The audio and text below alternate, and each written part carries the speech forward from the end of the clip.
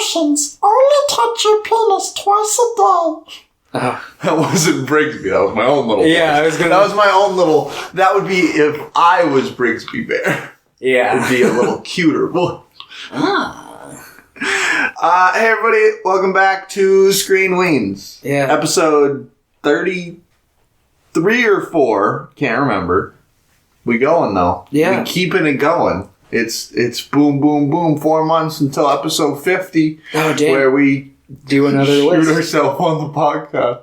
Oh, yeah, we'll list off our favorite movies, and then we'll shoot ourselves on the podcast. That'll be the end of an era. Yeah. We'll put on Train Spotting in the background and shoot up heroin. We'll have a baby. A dead A dead baby. Anyway, we're going to be talking about the original King Kong from 1933 and Brigsby Bear. By Kyle Mooney. By Dave McCary, I think his name is. Directed by Dave McCary. Kyle Mooney wrote it, though, didn't he? They wrote it together. Okay. I have a decent amount of trivia. I watched a couple interviews, like longer interviews with both of them for this. I'm trying to, get back in the habit of doing more research on the movies we watch, because I know we did that for the first 10 episodes. Yeah, and then we just fizzled out. We do it for the director deep dives, and I'm like, okay, we only have 2 movies we watch. I should put more of an effort into this. Yeah, you know what? I'll put more of an effort into it too. I've got some basic trivia knowledge about King Kong and some of the behind the scenes, so I can just kind of freehand some of it. But that's not a real gorilla. What? Yeah, I don't know if you knew that. What? Are you kidding me? Yeah, no. Wow. And nobody actually died. It's not a documentary. What? What? Are you kidding me? Next you're gonna tell me that those dinosaurs proverb in the beginning of the movie doesn't exist. Next you're gonna tell me just because it's black and white doesn't mean that there wasn't color in the 30s. I didn't watch it, but there is a color version of the... Oh. Yeah. It's one of those... Is it a recolorized version? Yeah. It's like one of the hand-painted one kind of thing? Yeah, it's one of the earlier ones too, so it's got everyone's got this golden glow around them. So it kind of reminds you of a trip to the moon. Yeah, kind of. It's not quite that level. Yeah, because Trip to the Moon came out 25 years prior or whatever. Yeah. But... That and Trip to the Moon, they it looks like they use crown and shit at certain points. The colors are very stylistic. Yeah, they want it to they want everything to be super fucking vibrant and shit. George Millais, whatever his fucking name was. Yeah, I watched another one of his movies. It was in black and white, and I can definitely tell that all he wants. He's I need style in my movies. One of the other movies I watched this week was also from 1933. Oh, what was it? Any guesses? 1933, I don't know. It's a Universal monster movie. Oh, if it's a Universal monster movie from 1933, that would be Invisible Man. Yep. Is that it? Yeah, okay. I watched The Invisible Man because the new one came out. Yeah. So I watched those pretty much back to back. Did you watch the sequel? No, I was going to, but I just didn't end up having time. I was really tired that day, so I was taking a nap, and I'm oh! So I watched the original, and then I went and watched the new one in theaters. The original, have you seen it? I've seen bits and pieces of it. I haven't watched it. I loved it. It's very fucking goofy. Yeah. But it's just I'll show them. And then he literally says, let me just get naked first so they can't see me. And then they walk in on him and he's just a shirt and he's trying to take it off. He's I'm a shirt! That one's, it's directed by James Whale. Yeah. Okay. Which is, I know he does. For anyone who doesn't know, Frankenstein. Yeah, director of Frankenstein. He was gay. Yeah. You know who I heard that from? I know exactly who you heard that from. But no, he's. I've seen the Old Dark House as well, which was pretty good. He seems like a pretty good director. I really love The Invisible Man, and I haven't seen Frankenstein in probably 9 years, but I remember liking it. Yeah, I want to rewatch that one. Both his Frankenstein movies are really good. Yeah, I've heard Bride of Frankenstein is arguably better than the first. I personally like Bride of Frankenstein more. It's got like more going on in it. Mm-hmm. But I can see an argument for either or. I've heard honestly the first three. The third one's really good too. That's Son, right? Yeah, that's Son of Frankenstein. And House is when it really takes a dip, right? Yeah. But I've heard House isn't like terrible. Like it's got moments. Or Ghost. Ghost is the next one because it goes. I thought it was House then, or is it Ghost then House? Yeah. Because there's Frankenstein, Bride of Frankenstein, Son of Frankenstein, Ghost of Frankenstein, House there's of Frankenstein. House of Frankenstein, House of Dracula.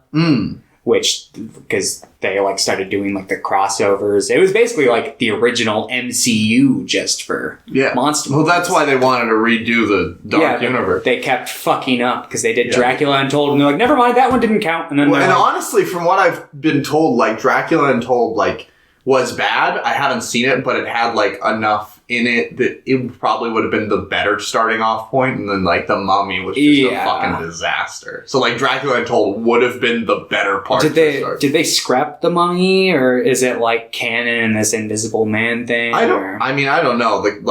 I have a feeling that they will move forward with the new Invisible Man's fucking awesome. Oh, is it? It's great.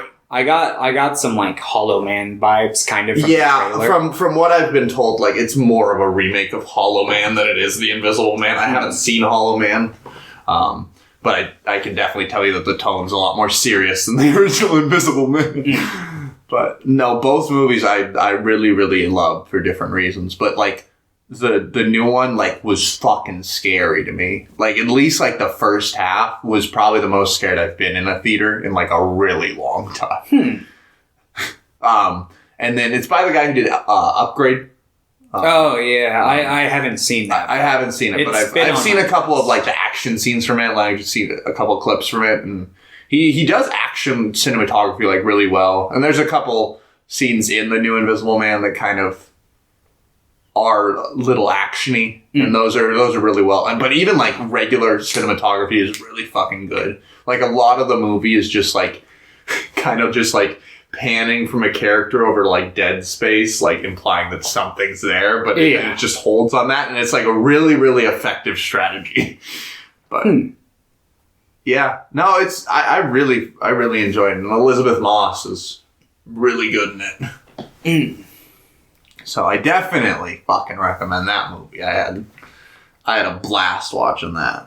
Yeah, I'll probably check that one out at some point. I don't know if I'll get around to it while it's in theaters, but yeah. That was pretty much all I watched. I just watched those plus the podcast movies. I didn't really watch much else this week. It was just kind of chilling. Plus, I mean, we recorded the podcast late. I did watch. Are you familiar with Star Kid Productions? They're have you heard of like the Harry Potter musical, like Holy Musical Batman? Yeah, I think I've heard about it from you guys. Okay. They do a bunch of like just small like independent musical productions. They had a new movie or musical that came out last night. I watched that with the crew. Oh, okay. And I thought it sucked, but I haven't. Like all my friends like really like Star Kid, and unfortunately, it never clicks for me. At least the ones I've seen. But yeah, no, this one was kind of bad.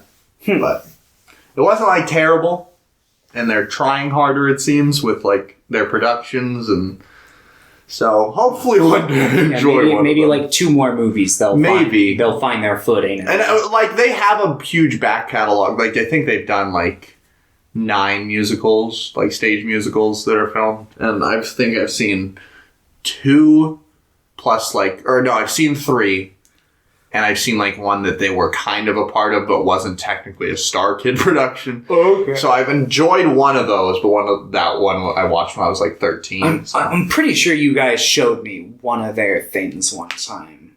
Maybe like a clip from one or something. Well, you don't necessarily have to leave this in. I feel like it was like connected to this video that you guys showed me one time of like, I think it was like a cop pulling somebody over, but there was like a shit ton of racist remarks. That's not Star Kid. That's $1 Million Extreme. Oh. That's so funny. In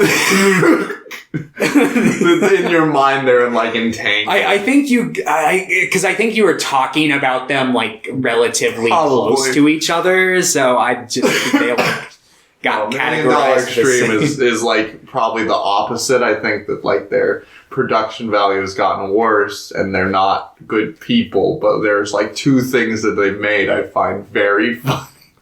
I just remember that one video, and I remember being like in shock, but I remember laughing at a few, like, there was like a part where he like spit on the guy or something. He like kept spitting, he's like, yeah. Alright.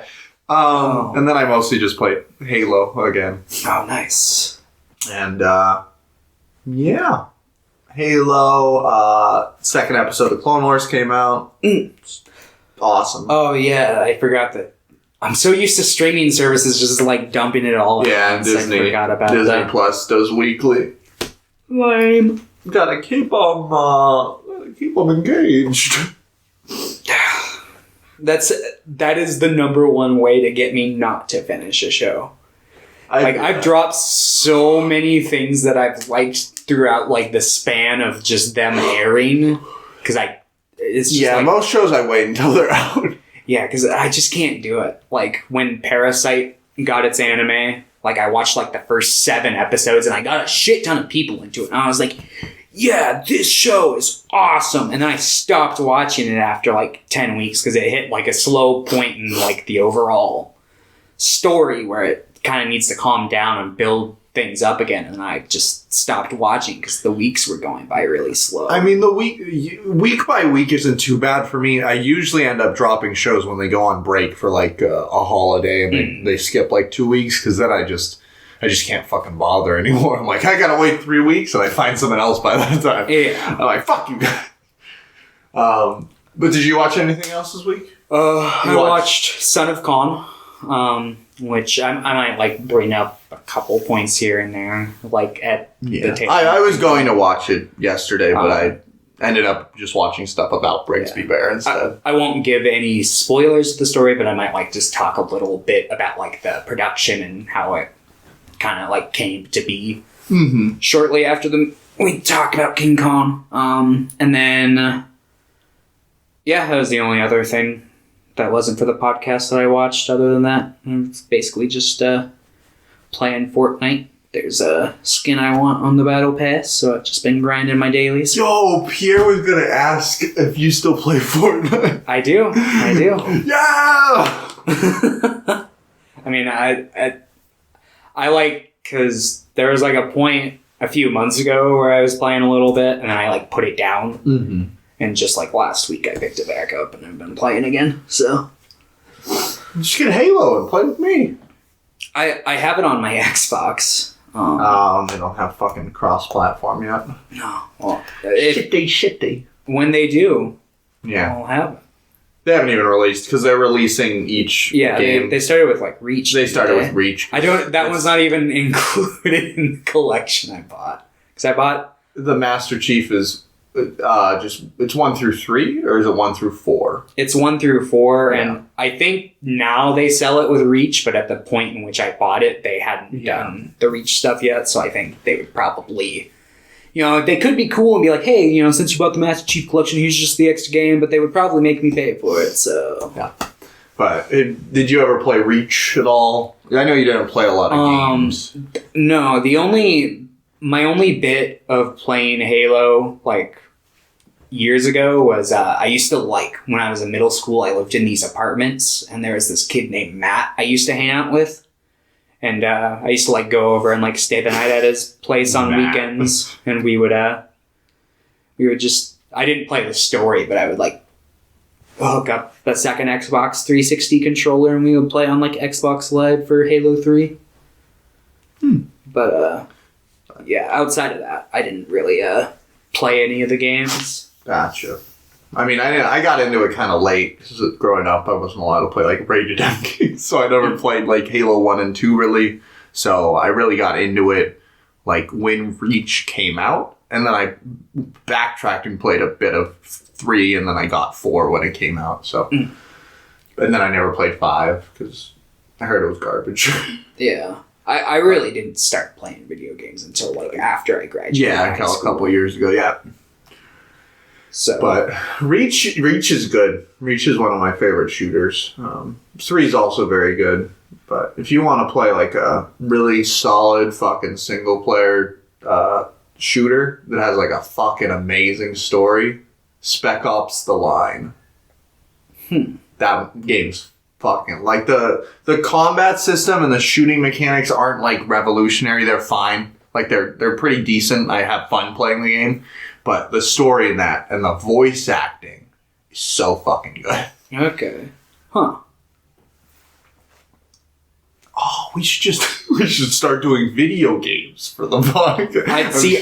That thought hadn't crossed my mind, but I was like, what if we did like let's plays of like movie property games? Yeah, like that the King Kong game. The King Kong game's so fucking good. It is. I've got it. I've got a PS2 and I just bought a capture card. Dude. Oh. Man. You know what? I'm going to be completely honest.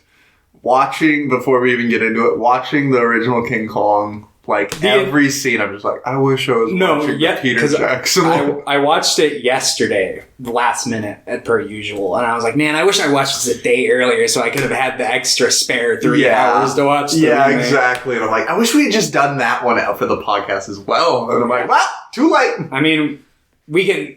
If you're familiar enough with it, we could always talk about that one too. I mean, I'm very familiar with that. I've only seen it once, and it was when I first moved here. Oh, okay. Like it was literally like a month after I moved. I went and saw that like 3 times in the theaters when I was like a kid. So I wish I had seen that movie. It was awesome. I loved it. Oh God. Oh, it was great. Oh. I wish I could see it in theaters again. Like I wish they'd do like a re-release of it. Yeah, Peter Jackson just needs to make a remake of Son of Kong. He does. There was like this behind the scenes, like, because he was like putting like videos online alongside like the pre-production and like post-production stuff where he was basically like showing behind the scenes with all the special effects. And there's like this bit where he actually got all the actors and they were like, it was obviously a troll, but they're talking about like a sequel. They're like, okay, they had planned it, and it was going to have like Nazis and like all sorts of crazy shit in it. And it's like, yo, dude, what? I'd watch this. Bring it up. Come on. Like, I'll pretty much watch anything Peter Jackson makes. Like, I've disliked, like, 3 movies he's made, but... And he didn't even want... Because I presume you're talking about the Hobbit trilogy. I'm talking about the 2nd and 3rd Hobbit movies. Okay. Like, the first one I don't mind. And The Lovely Bones. Yeah, I think it's a bad movie. Oh, yeah, I forgot he made that. Everyone forgets that. Good. Because it's Stephen King's, like, the author of, like, the story it's based on. So his name is usually what's pasted on the title. But yeah, because he didn't even want to make the Hobbit movies because he was like, yeah, like I'll produce them and Guillermo will direct 2 movies. And then the studio was like, well, actually Guillermo's out and we want you to make 3 movies. If it had been 2, I've heard that there's I remember there's a fan edit that puts it all into one movie and I've heard it's really good. I usually do not like fan edits like at all. Like, even the critically, like, the ones that are like, this is the best one, I think are pretty garbage. Like, I watched this prequel trilogy fan edits. I watched a couple of those, and I just thought they were worse. I had that one, like, downloading at one point, but I didn't, like, finish it because I didn't have room on my computer for it at the time. But the fan edit I really like that I always watch is for Twin Peaks Fire Walk With Me, because that movie has like 90 minutes of deleted scenes that I feel not all of them do, but a lot of them are very important to the movie that aren't in the theatrical version that's like widely available.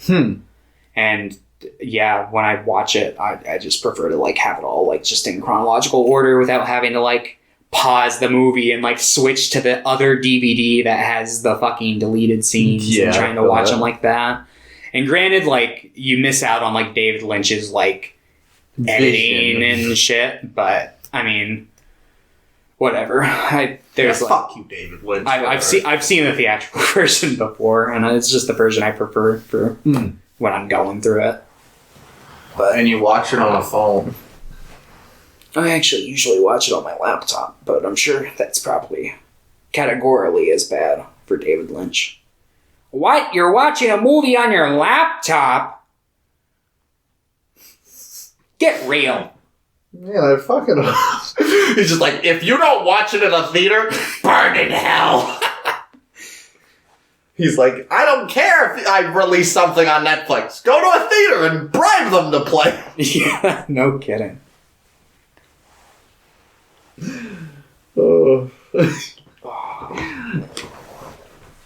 Oh, okay.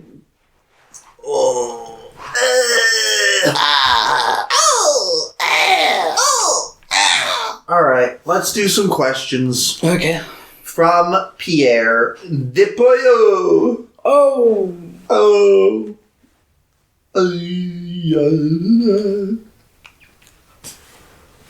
Do you guys have any singular piece of media that changed or defined your view of the medium? For example, the video game Elder Scrolls 4 Oblivion changed what I believe video games could be in my eyes and made me really appreciate gaming as an art form and hobby. What do you got? Any movies that really, like, I don't know, made you think, like, was there a point in time when you were a kid where movies were just kind of like fun little things and then you saw a movie that, like, changed your outlook on movies that like got you really invested, or were you just really invested from day one? Yeah, so in high school, up until high school, because basically like I was super into horror movies from the time I was a little kid up until about my freshman year, and then I kind of like stopped watching movies, not altogether, but I didn't watch like anywhere near the amount of movies I did before that, because I got into anime and I started watching things like Dragon Ball Z and One Piece. But my junior year, I watched an anime that kind of changed everything for me. And it kind of, this anime like really changed what, not only my opinion on like movies, but what like anything could be, just storytelling in general. It really like opened up my mind to a world of like further possibilities. And that specifically technically was a movie called End of Evangelion. That movie, well, I was like, whoa! And then I got into like a bunch of like avant-garde kind of shit. And then, yeah, it's kind of like what introduced me to like pursuing it as more of an art form as opposed to just an entertainment form.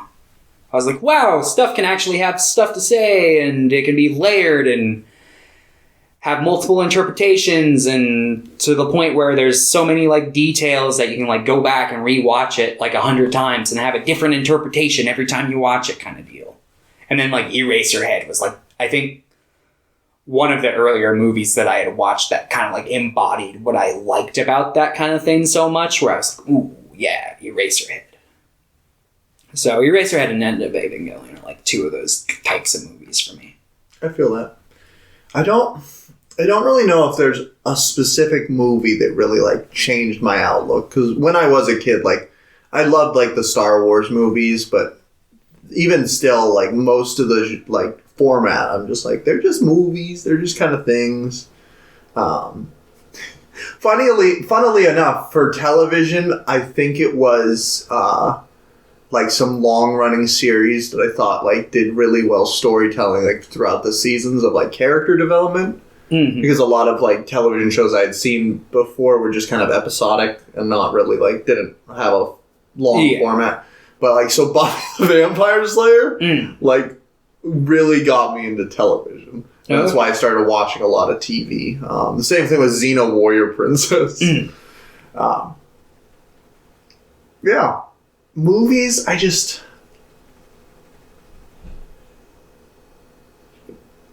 don't know. It was mostly just like a culmination of starting to see more movies and being like, wow, these are better than the shit I had as a kid. Yeah.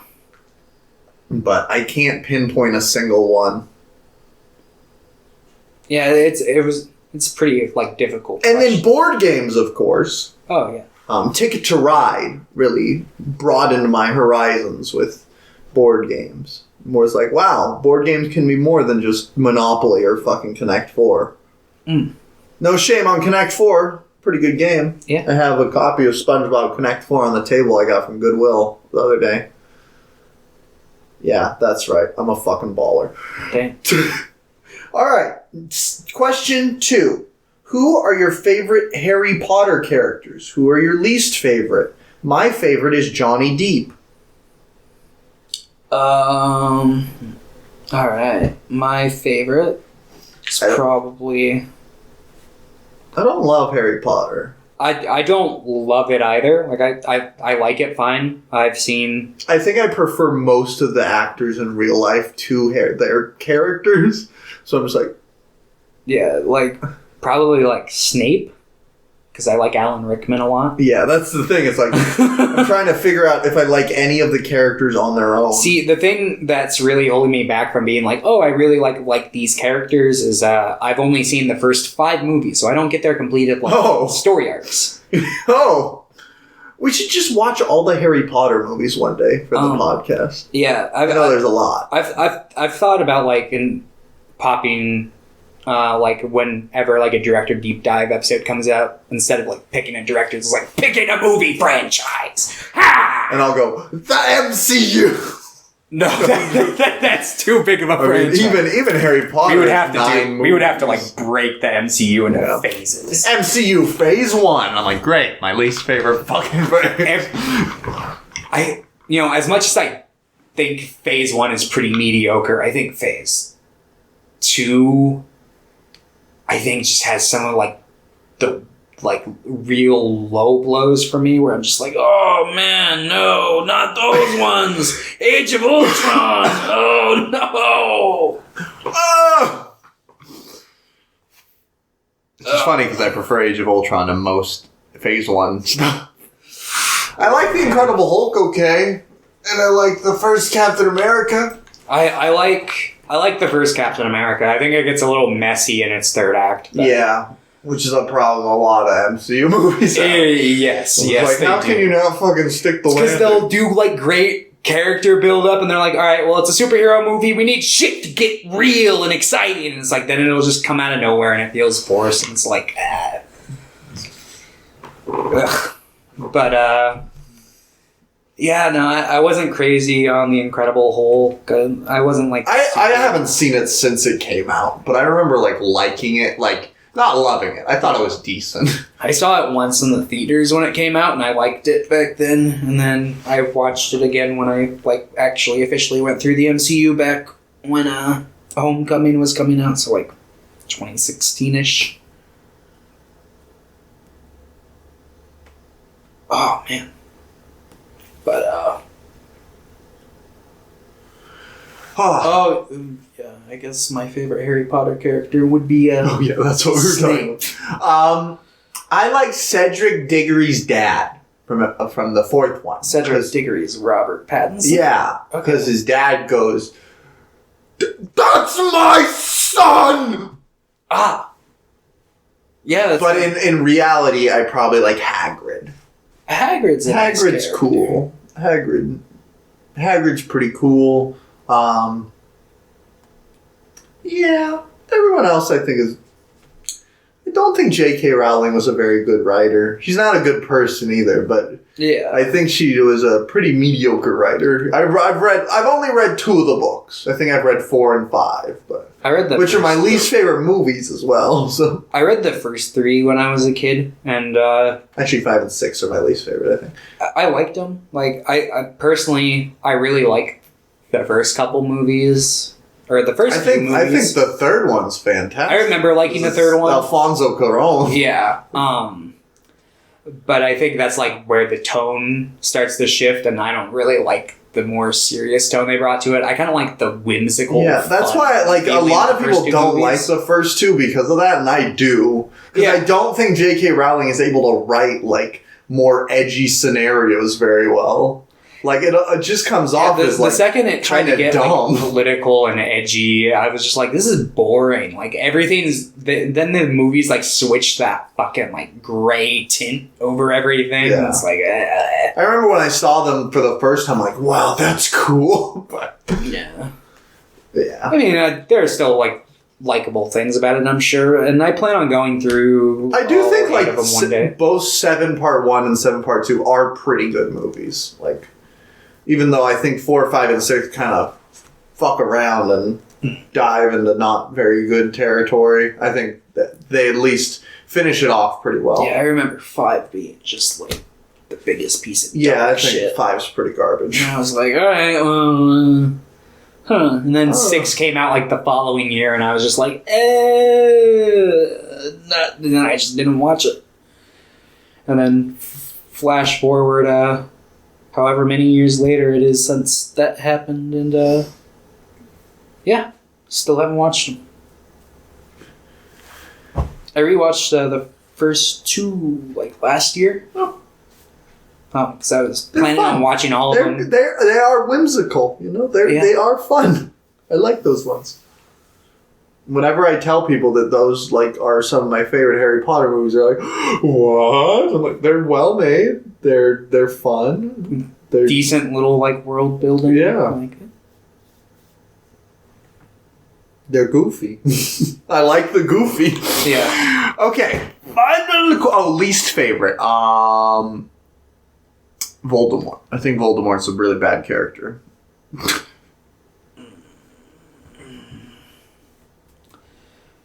Out of what I've seen, I'll go ahead and I'll say the like dickhead from the second one who like tries to like steal people's credit, and the only spell he knows is like the memory loss spell. The antagonist of like most of the second movie. Yeah, the teacher who's whatever the dark arts professor or whatever the fuck.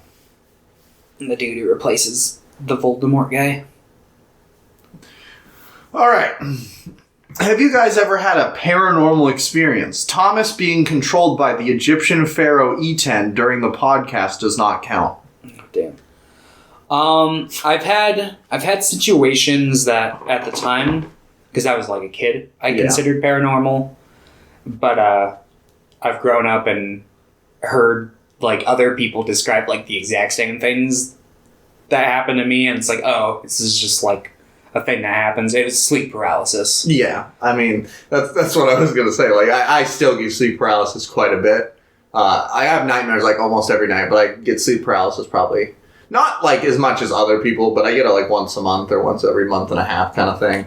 And so that's probably the closest thing I've had. Like there was like. I think apparently my old house was supposedly haunted. It wasn't, but like the stairs were kind of creaky. Like that's about it. Like I would hear a weird noise every once in a while, but it was just an old fucking house. Yeah, when I was a kid, I lived in this house that was the person who owned it before us was like this lady who was kind of like colloquially known as like the Bone Lady. And. Because apparently, like, the house before we had moved in at some point, like, just this lady collected just animal bones and had them, like, up as decorations all over the place. Just had them, like, hanging from the front porch. And, like, when I moved in, like, you know, for years later, you know, if I was, like, messing around in the backyard, there were just fucking, like, animal jaw bones just, like, all over the fucking place. And it was weird. Like, it's a little off-putting. The person who lived there before us was probably a little crazy. But my mom thought the place was haunted, and it's like, I didn't. But I had this neighbor who was, like, my best friend growing up. And he thought his house was haunted, and so did I. Because, like, literally everyone in the house was like, holy shit, this place is fucking haunted. And I, like, kind of, like, fed into that energy because I was, like, 12 years old. And I'm like, yeah, okay. And I was was a pretty gullible kid, you know. I wasn't the fucking logical smart man I am now. But because I was like, I believed My brain was no big like I am now. Yes. Because I like, I was just like a little Christian kid, so I believed in like heaven and hell. So it's like, oh yeah, like ghosts and demons could be real. And I remember one time, there are two specific different cases that I remember. One, I was like asleep on his floor, and I remember like waking up and like because I thought I was waking up to an earthquake because the entire fucking room was shaking, and I was just like glued to the floor. I couldn't move, and I saw, because he was like, his bed was like next to me, and I saw this fucking shadow man like crawl out of the wall and then like walk across his bed and like into the wall again, like a different wall. Mm-hmm. And I was like, oh, that was scary. And then I found out that like shadow people are like common, like real sleep paralysis thing. They're real. Yeah, totally. Sleep paralysis is just the way of... It opens your eyes to the dimensions you can't see. That's exactly right. And then another time when I was in a hotel room in Disneyland, I woke up and there's like a little dead girl like standing in the corner looking at me. She was flossing. I couldn't move. I was just like, oh, this is kind of creepy. Yeah. But they were both sleep paralysis. I'm fairly certain. I don't really... Yeah, I mean, I guess theoretically, like, I don't believe in ghosts, but I think that there is a 1% chance that they exist. For me. Mm.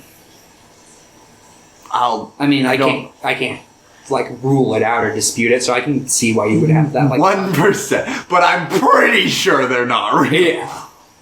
Now, like Bigfoot, 100% chance he's not real. I'd say that there's a 99% chance. No. But Yetis could be real. Oh yeah, because we don't Because know. like it just doesn't make. Do you think he's dying now that it's melting over there? You think he's like, oh shit, time to go be Bigfoot again? That's exactly it.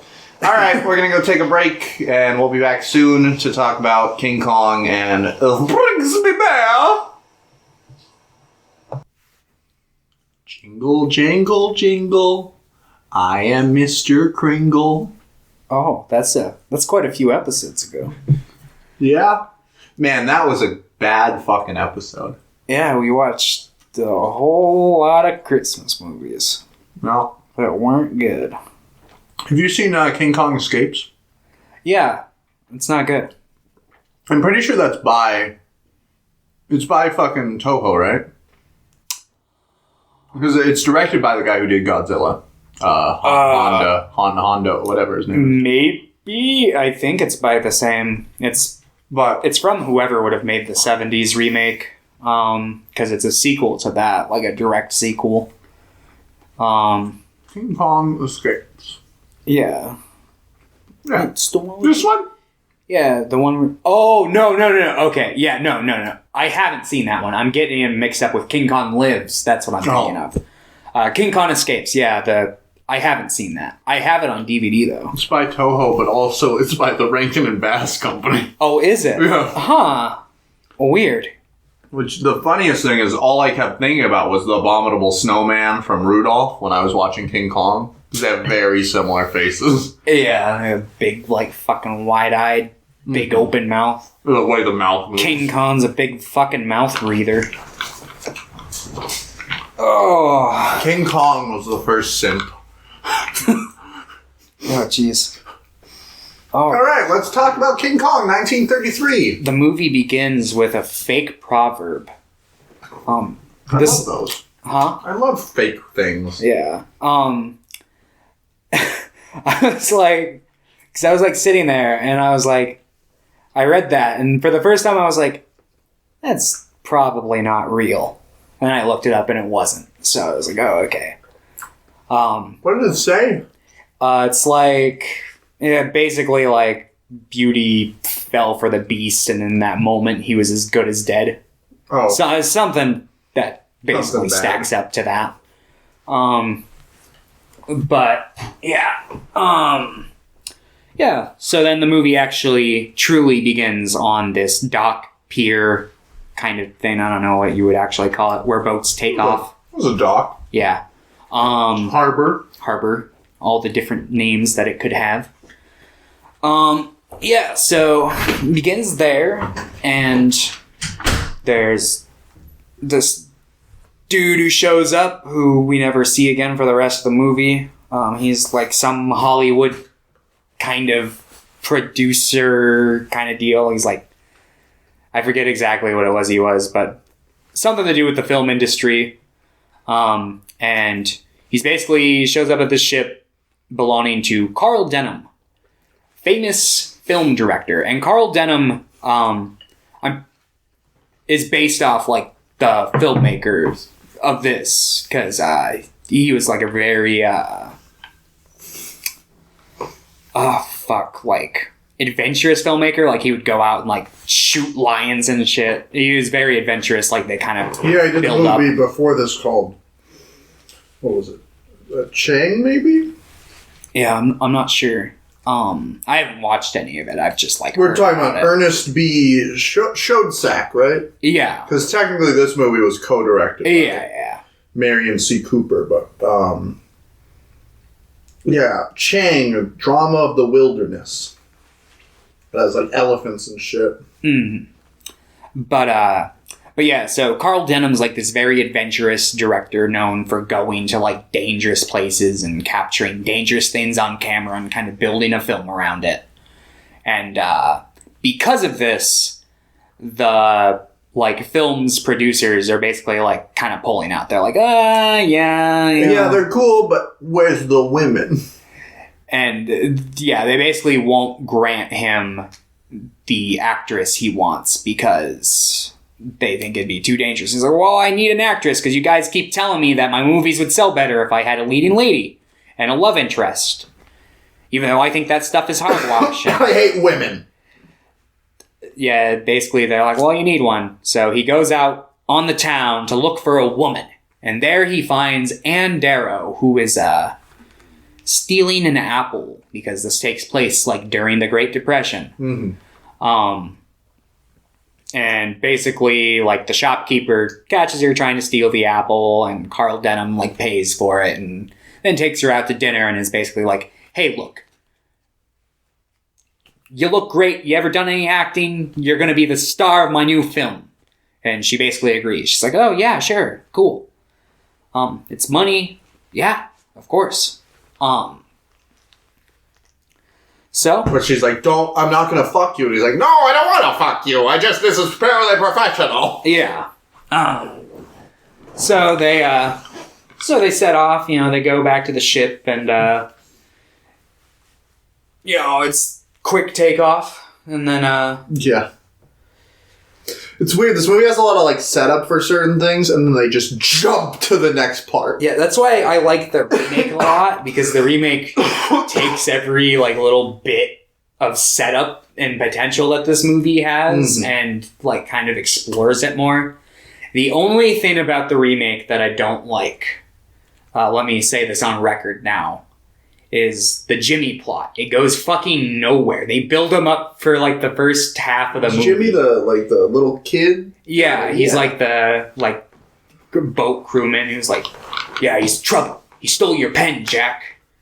And like they build him up for the first half of the movie, and then he just doesn't do anything, and like the rest of it. And it's like, it's a little off. But aside from that, I think like Peter Jackson's King Kong is like fucking perfect. I love it. But yeah, so basically on the ship there's a man named John Driscoll. He's the captain, right? Yeah, he's the captain of the ship. Captain Driscoll. And then the other notable two are Charlie, who is like the cook. He's from China. I don't fucking remember. Yeah. I remember Charlie. And then there's Skipper, who is like the translator. Oh, yeah. Those are like the core 5 characters. The rest of them are just meat shields for the rest of the movie. So, yeah, basically, it's like a scene where John's like commanding the crew on what to do, and he like accidentally smacks a hand in the face, and then he does He's a like, shitty "Oh, job I'm at sorry." apologizing. He's like, Oh, well, I guess I should apologize. yeah, guess I should apologize. And she's like, well, this is my first time on a ship. And he's like, well, this is my "Do you first wanna time have on... sex. No, No, pretty instead much. he's Pretty much. like, well, this is my first time on a ship with a woman. She's like, oh, well, you must not think very highly of women. And he's like, they're a nuisance. And she's like, well, I'm not trying to be. And he's like, you don't have to try to be, you just are. You gotta love that kind of dialogue. The thing I like about Peter Jackson, sorry to fucking keep jumping back to that. We're gonna keep talking about Peter Jackson. They take like the hammy dialogue like that from this and they put it into the movie they're making in that movie. And it works really well because you don't have a bunch of characters that sound like they're pieces of shit in real life. Instead, it makes it seem like it's the movie they're writing. Plus, you get to see two different characters for each like actor, pretty much. Yeah. It's like a nice little... They basically take the John character and split him because there's Jack Driscoll, the writer, in the remake. And who's then there's the greatest character ever. Yeah. Played by Adrian Brody. Adrian Brody, man. And then they have like the actor guy who like plays the John Driscoll character in the movie scenes, and he's like the action hero. Holds the little like comb as a mustache in the mirror in that one funny scene. But yeah, so basically they're going to this island. Carl got a map to this island where supposedly there's this beast named King Kong. He's super secretive. Like, he wouldn't tell any of the crew or the cast of the movie, which coincidentally only seems to be Anne. I don't see any other fucking thespians on the ship. Thespians.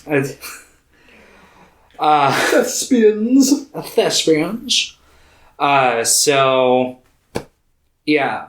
So he's very secretive. He doesn't, like, tell anybody about the plan until they're basically, like, on the way. And then he's like, all right, I can tell you guys what's going on now. So he basically tells them, he's like, yeah, we're going to this island, and we're going to shoot King Kong, and it's going to be great.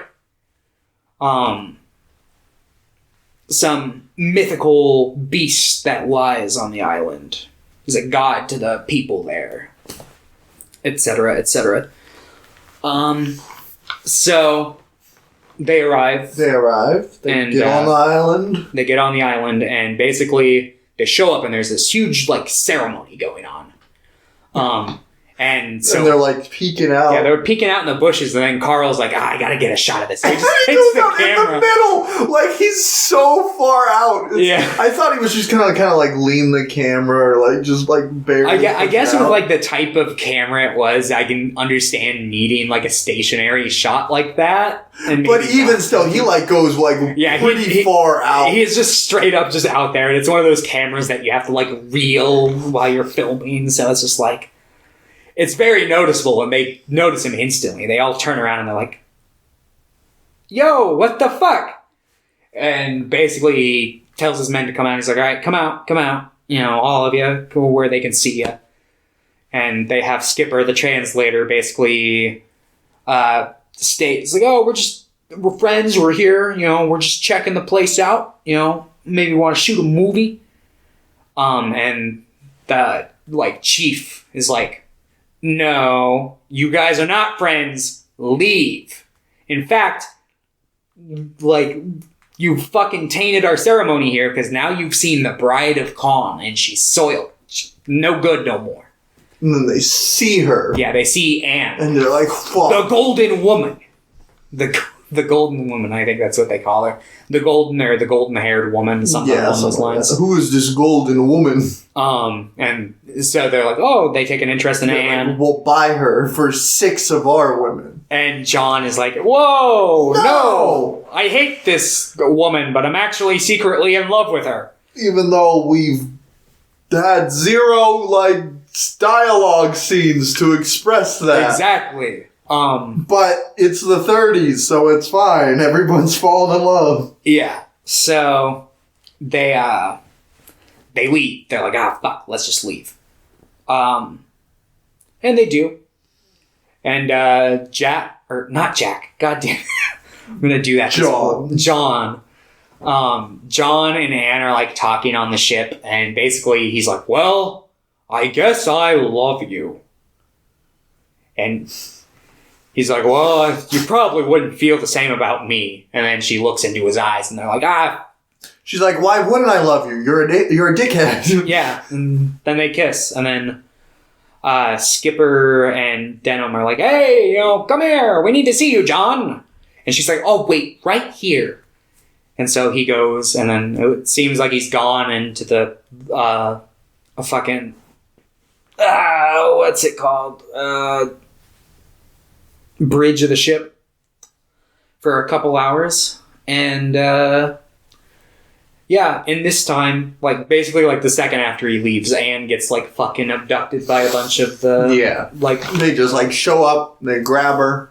Yeah, and, Man, remember the scene in the remake when they got the fucking, like, they're pole vaulting? Yeah, no, I love that, because they're, like, it's, like, fucking stormy, they're just, like, pole vaulting off rocks in the ocean. And it's just, like, ooh. This one was fine. I know they couldn't do pole vaulting scenes. Yeah. I liked seeing their canoe, but... Yeah, like, this movie, it's got the bare skeletal structure of a really great story, And Peter Jackson made that. Yeah, and it's got some fucking... Where this movie truly shines is in its practical effects work. When King Kong really starts showing up. Yeah, which is around the 40-minute mark. So... Yeah, because this movie's basically cut into 3 halves. There's the point in which they get to Skull Island, and basically like up until the point where like King Kong first shows up, and then the shenanigans of trying to get Anne back, and then the New York sequence, which is like only like 20 it's the shortest out of all of them. But basically, yeah, so they're like, John is like looking around the ship, and he's like, what the fuck? And then like Carl and Skipper are like kind of looking out the window, and they're like, oh, it's really bright over on the island. They got a lot of fires. I wonder what's going on over there. And fucking Charlie finds like a necklace or something, or a necklace. And he's like, everybody on deck! Yeah, so basically they figure out, hey, Anne's completely gone. We searched the whole ship. She's not here. We found this. They wanted her earlier. They probably came and kidnapped her. So they go to the island. And, they basically just... Anne gets taken by King Kong in the first sequence. You know, they have everything set up. Like, she's, like, tied to the fucking wooden posts, and they're, like, beating the drums, and they open the gate, and King Kong, like, grabs her, and it's the first time we see him, and it's good. Like, it looks good, especially for the time. I really love the mix of, like... Because they would do all sorts of things. There was a lot of stop motion. They built, like, a giant head and a giant hand. I think they built a giant foot, too, for, like, the scenes where he's, like, stomping on the villagers. Mm-hmm. Let's see. Yeah. I think that's it. I don't think they do any man-in-suit things. There's a couple shots where it almost looks like it, but I don't think they do. Motion. They do a lot of, like, kind of, like, tricks with, like, the projector, where they'll, like, either have footage of King Kong, like, projected behind the actors, and they'll film that, or they'll do vice versa, where they'll project little footage of the actors and take it frame by frame as they're, like, animating, like, the bigger King Kong, like, in, like, the cave grab scene that happens. Yeah. But, so... Any of the scenes with, like, just the hand, or, like, her Anne in the hand, it was just, like, a giant hand on a crane. Yeah. And, like... Apparently, she was like, yeah, I was really scared because every time I would struggle, the hand's grip would, like, come loose. And I would always be like, I'm gonna fucking die right now. Yeah. Because she'd be, like, 10 or 15 feet in the air. Yeah. Yeah, no, I can see that being very anxiety-inducing. But yeah, so they basically, like, charge in right after. A couple men stay behind to, like, guard the boat. And I I think they give like a line of exposition later where they're basically like, they shot the guns off like once and the villagers basically like scattered and weren't seen again until like the later in the movie when we do see them again. But so they all charge in after, and this is where it becomes a fucking great movie. Because it's just Anne being carried around by a giant fucking gorilla.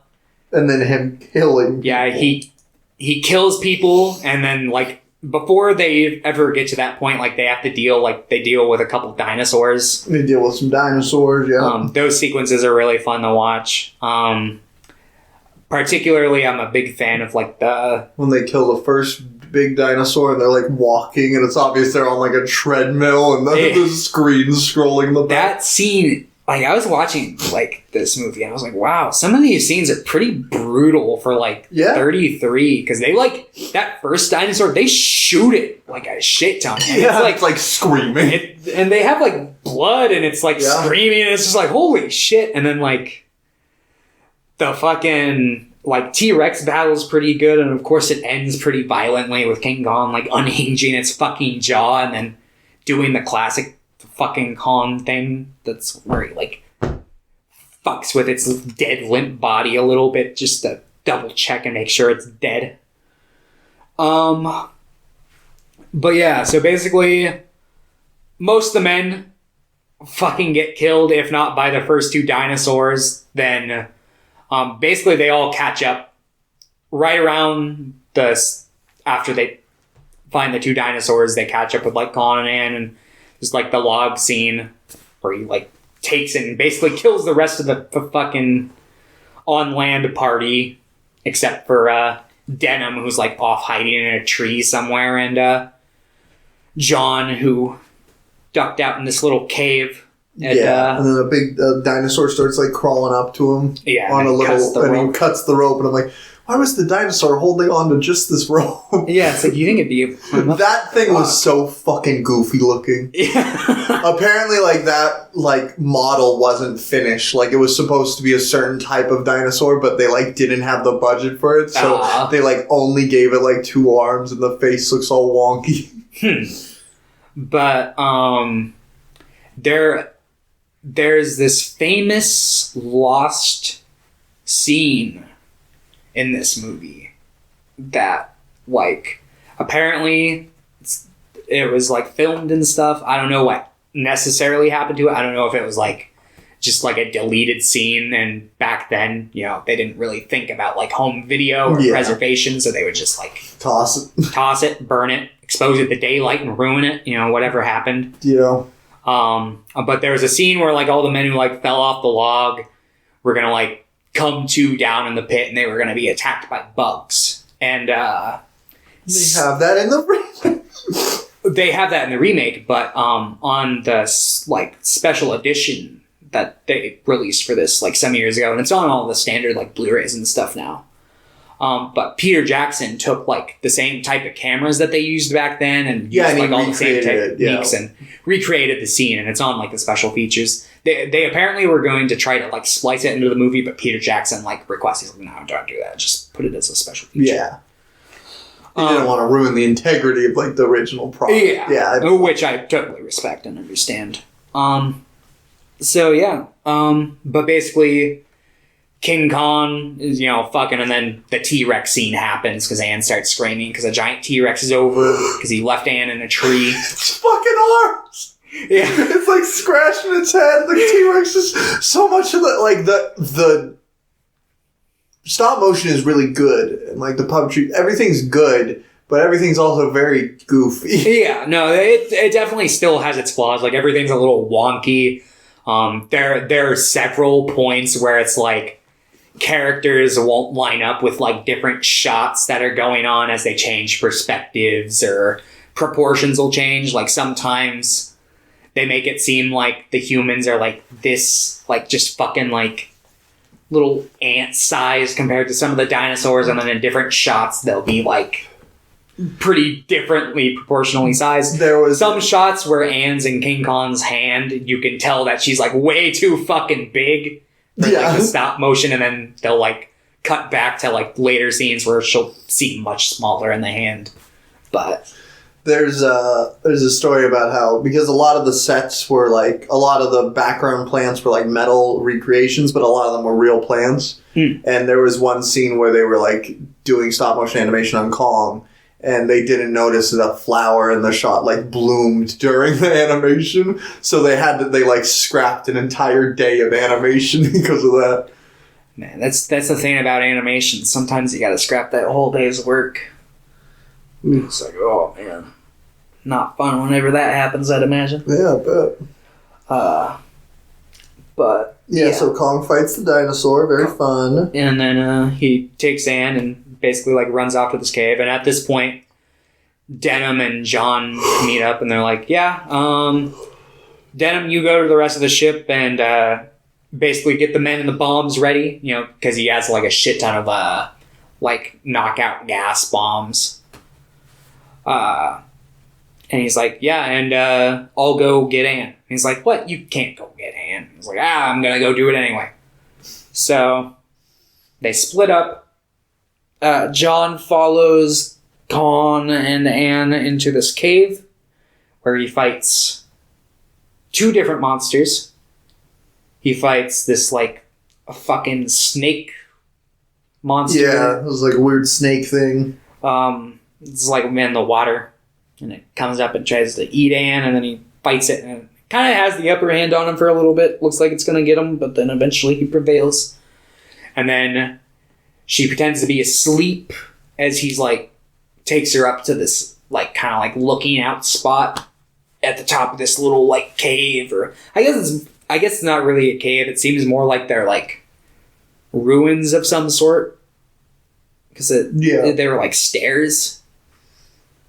I'm really curious about like the history of Skull Island. I want to know more about Where's the prequel? Yeah, where's the prequel? That might,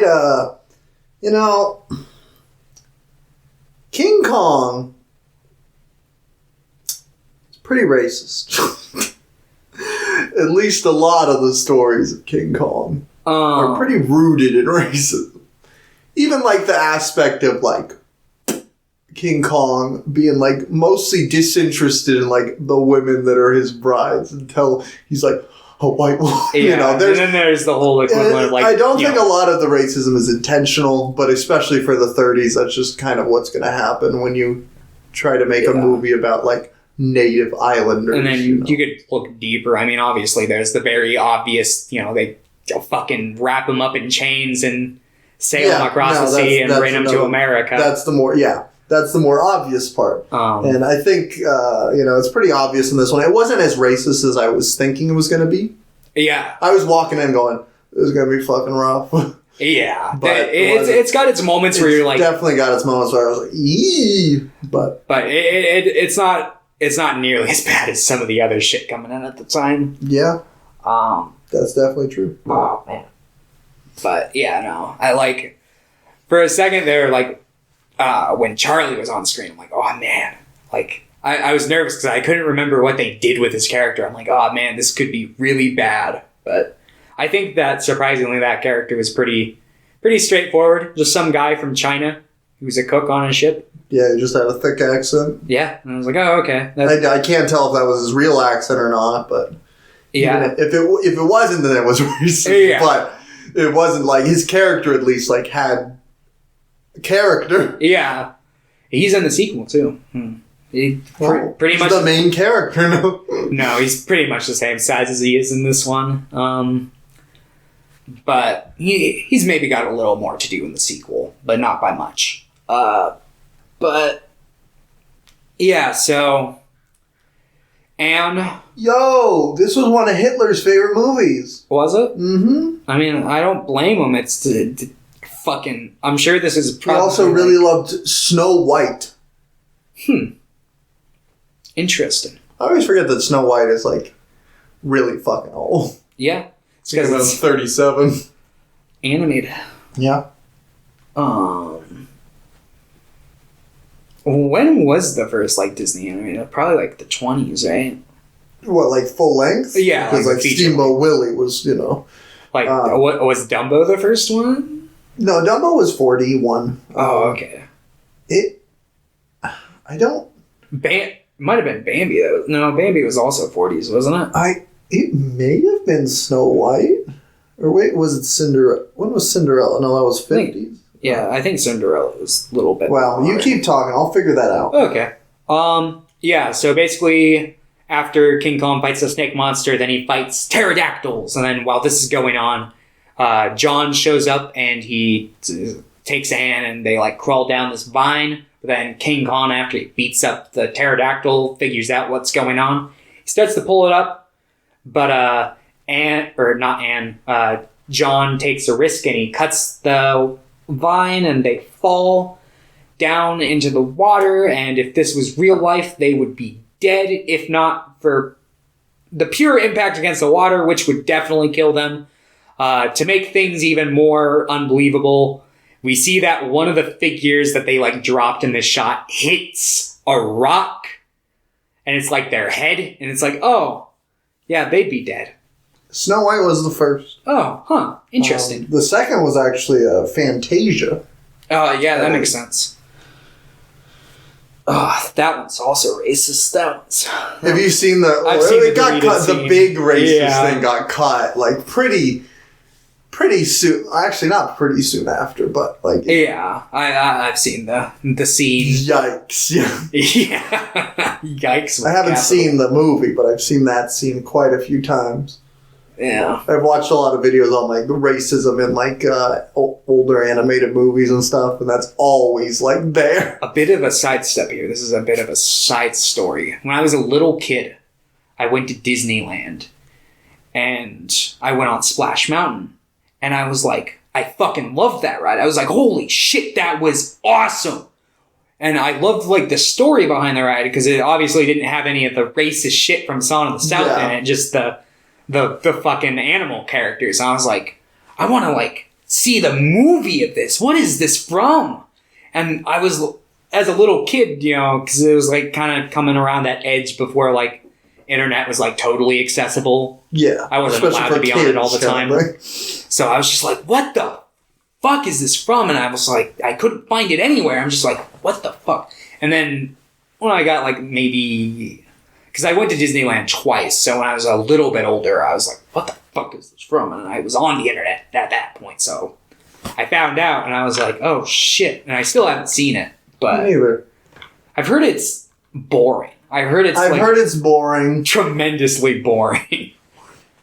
But it's like, oh, man. And then they did a different Brer Rabbit movie in, like, 2009 that's, like, straight just animated.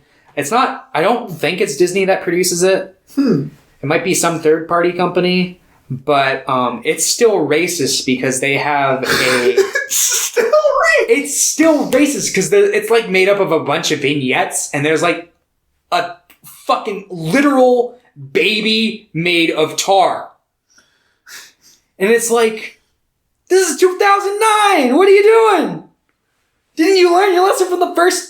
fucking Brer Rabbit movie? I guess not. I guess every Brer Rabbit movie has to be racist.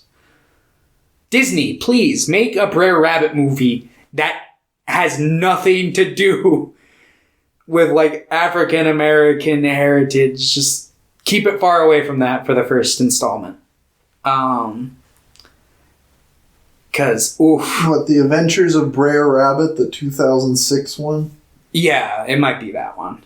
See, he's like a brown rabbit, I think, if I remember correctly. Kind of like Nesquik Bunny. Yeah, that's the one. That's the one. Watch that! Oh, okay. Oh, man. But, yeah, so, John and... Yo, what the fuck? Danny Glover and Nick Cannon are in that. Yeah, Danny Glover voices like a turtle or something. I think they do like a rabbit in the hair kind of bit. Let's if I remember correctly. But yeah, so John and Anne land in the water and should be dead, but they aren't. And yeah, basically they run back to the ship where Carl is prepping everything with the bombs. The villagers are kind of like, what the fuck's going on? And then King Kong just fucking rampages out chasing after Anne and John. And, you know, steps on a couple people. I was watching that and I'm like, I wonder if, like, there's anyone who got turned on by this in the 30s. Because it's total fetish material by modern standards. I wonder if there was just a woman in the audience going, holy fuck, I wish that was I was me. that. Because, like, Do you think giant... the directors made it for their own? That Maybe. That's it. Ernest was just fucking horny all the time. He's like, I gotta make a movie about a giant gorilla. Yeah, he just was, like, sitting in a hot sun one day, and he's like, oh, man, I wish a giant gorilla would throw me in the mud and step on me. Probably what happened. But he knew he couldn't pursue it because beauty kills the beast, I guess. I don't fucking know. Yeah. That was dumb. Anyway, so...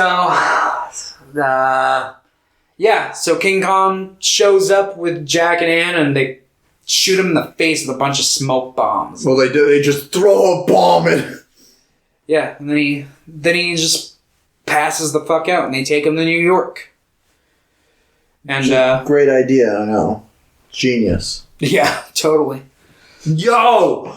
So they have a show with them, right? Yeah. And the guy outside's like, these tickets cost me $20. That's $350 today.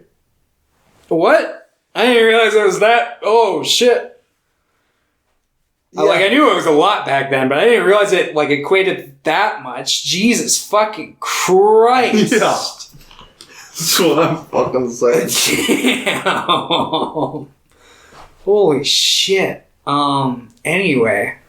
Yeah, so basically, Anne and John show up, and basically, there's a bunch of, like, rich people that he's showing off to, and they're all like, oh, he brought some exotic form of ape, and they're like, oh, I paid $20 for that? What the fuck? But then he reveals it, and everyone's like, holy shit, that is amazing. And Carl also adds the fact that John and Anne are engaged and they're about to get married or something. So there's that. You know. A little bow wrapped. There you go. They got together. Just like everybody always wanted. And then they start taking pictures of King Kong. And King Kong thinks that the photographers are attacking Anne, so he starts freaking out. And he breaks chains. Loose right after Carl Denham's like, don't worry, that's chrome steel. He ain't getting out of that. And then, like, almost immediately after he gets out of that. And he's like, oh, wow, I should really not have said that right before I did. Yeah, and then he grabs Anne, and they go on a little adventure. Yeah, so it's pretty self-explanatory. Like, he kind of rummages through New York, flips over some buses and trains, trolleys, whatever. Yep. Then he climbs up the Empire State Building, and gets shot. He gets fucking shot by pilots. And falls off and dies. And then it was like, it was beauty that slain the beast. Exactly. And it's King Kong. I like this movie because I have like a nostalgic attachment to it, because you were born in the 30s. You saw it when you were 3. I went and saw the 2005 version and really liked it. And then I remember like renting this version on from the video store. You're like, where's Jack Black? Yeah. No, I was pretty this wasn't like my first older movie, so I was pretty used to not seeing Jack Black in seeing Jack Black in my movies from the 30s.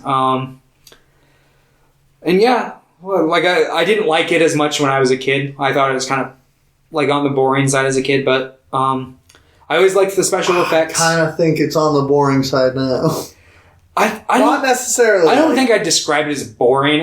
There's definitely a lot of time that probably could be trimmed, particularly from the first part. Yeah, I would say that the first part's pretty boring. But from the point where they get to Skull Island and onwards, it's pretty exciting, I'd say. But yeah, I like the original much more. You mean the remake? The remake much more. Okay, I'm like, Really? I mean, I liked it enough. I think that pretty much. I thought that the acting was pretty bad. Yeah, the acting's pretty bad. I don't like Anne. Which is surprising because I just watched The Invisible Man, and the lead in that is really fucking good. There are some bad performances in that movie, but like there are some really good ones, and I thought pretty much all of the performances in this were not good. That annoying old lady is bad. Yeah. Right? In Invisible Man. She's in Bride of Frankenstein. But she's only in it for like a minute. Okay. But she's not in The Invisible Man a ton. Okay. She's like in like the first like 10, 15 minutes. So. I was gonna say, like I was like, oh, she's in that, isn't she? I remember that fucking bitch. I mean, she's in it a decent amount. She's annoying. She's one of the worst parts of it. But she's very But the tone of the film kind of makes her performance better. There's a lot of like acting that isn't super great or kind of hammy and stuff, but the tone of the film kind of matches that well enough that it makes them like decent or good. Okay. So this one, I felt like the tone they were going for didn't really match with the character. Like the character of Carl Denham, I really disliked in this movie. Yeah. I think it's just because I thought most of the human characters were like aggressively boring. That's my main issue. Like the stuff with King Kong I really liked. Yeah. I pretty much have the same opinion. I really like just the remake because like Carl Denham. Jack Black as Carl Denham is so good. Yeah, he does a great job, and they really take because like they hit the surface of like the idea that he's like a fucking shitty director, and the fact that he would like put his actors in danger. Yeah, but they really don't emphasize it. And at the end of the day, it's like who cares? He's a good guy. All's well that ends well. But in the remake, like basically like by the time they're all back to New York, they're like, fuck this guy. Yeah, he's an ass. Fucking piece of shit. And I just love hearing the story of like Jack Black. His dream at the time was like, I want to work with Peter Jackson, because that was like right after Lord of the Rings came out, and like pretty much like 2 days later he got a call being like, do you want to be in a Peter Jackson King Kong movie? He's like, fuck yeah, I do. Yeah, no, it's like the perfect movie. Have you heard the fucking Tenacious D song that they did in promotion for the remake? I don't think so. They do a King Kong song, and it's awesome. I love it. Oh god, it's so good. You gotta listen to that after where you record this podcast. But yeah, so this movie's good. I'd recommend. You could probably like find like the fucking like movie clips of it on YouTube, and I'd probably like recommend those if you're not like super into like the more modern King Kong, like the 2005 Peter Jackson one, or hell, even like Kong Skull Islanders, stuff like that. It's not quite as like campy superhero as like that interpretation is, but you might be able to get something out of it. I really like it. I think it's probably like one of the greatest technical achievements of its time. Like a lot of people are like, what, this one? Yeah. I would also say the remake, actually. Like the remake did pretty good. Yeah. It's really hard to say with the motion capture shit, especially like it definitely feels like an extension of what he was doing with the Lord of the Rings movies. Yeah, that's true. Especially since it was like right after. And I mostly just mean like King Kong, for being 15 years old now, looks amazing. Like King Kong himself. Like, fuck. But yeah, no. If you're like super into like film history, this is a must watch. But yeah, like I like it. It's alright. It's not like fucking phenomenal beyond its like practical effects, I'd say. But the practical effects are like totally make it worth watching. Especially since it's not like super long. But I don't know. I'd probably recommend it to like people who are super into special effects. Too. I'd give it a 6. I'd give it a 6. Okay. 6 out of 10. Woo! And I just want to talk a little bit before we get into Brigsby Bear about the sequel. I'm not going to talk very much about it, but basically, like immediately after they got the okay to make a sequel, but they were given less time and less money. And they had to like reuse a bunch of stuff, and the plot is like Carl is getting like sued by like so many different people in New York because all their shit was destroyed. Because they died. He's basically like, I know, I'll flee and just leave the country, and he does. And then the dude who gave up the map is like, oh, there's a treasure on Skull Island that you didn't get. And he's like, wait, what? Treasure? So, yeah. Treasure? That can get me out of all my legal trouble in the United States. So, he goes back to Skull Island, and there's a baby Kong there. And I'm not going to say any more, because London might watch it later. And so might you, I don't know. But, yeah, that one's like an hour and 9 minutes. It's not as good. I'd give it like... I'll give it a 5 because of the practical effects. Otherwise, if it didn't have the practical effects, I'd give it a 4. How about we just make a King Kong movie with this Donkey Kong puppet I have right here? Wouldn't be very impressive, but... What if King Kong just made noises like that the entire movie? Oh, I could tell that it was something reversed, but I could tell that most of the roars in this movie were like somebody screaming or like some kind of scream reversed. And yeah, I looked it up, and like King Kong's scream is like, I think a combination of like a lion and a tiger roar reversed. Interesting. And you can always tell when things are reversed because like the way it like ends, it very like easy, like verbally sounds like it's the beginning of a sound. Yeah. It's like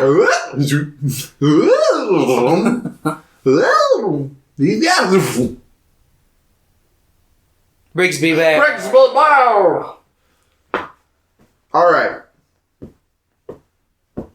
So this movie is one of my favorite comedies. Like, yeah, honestly, this is, I think, my 5th or 6th time watching Brigsby Bear. This is probably like my 3rd. So there's a big twist, like 10 minutes in.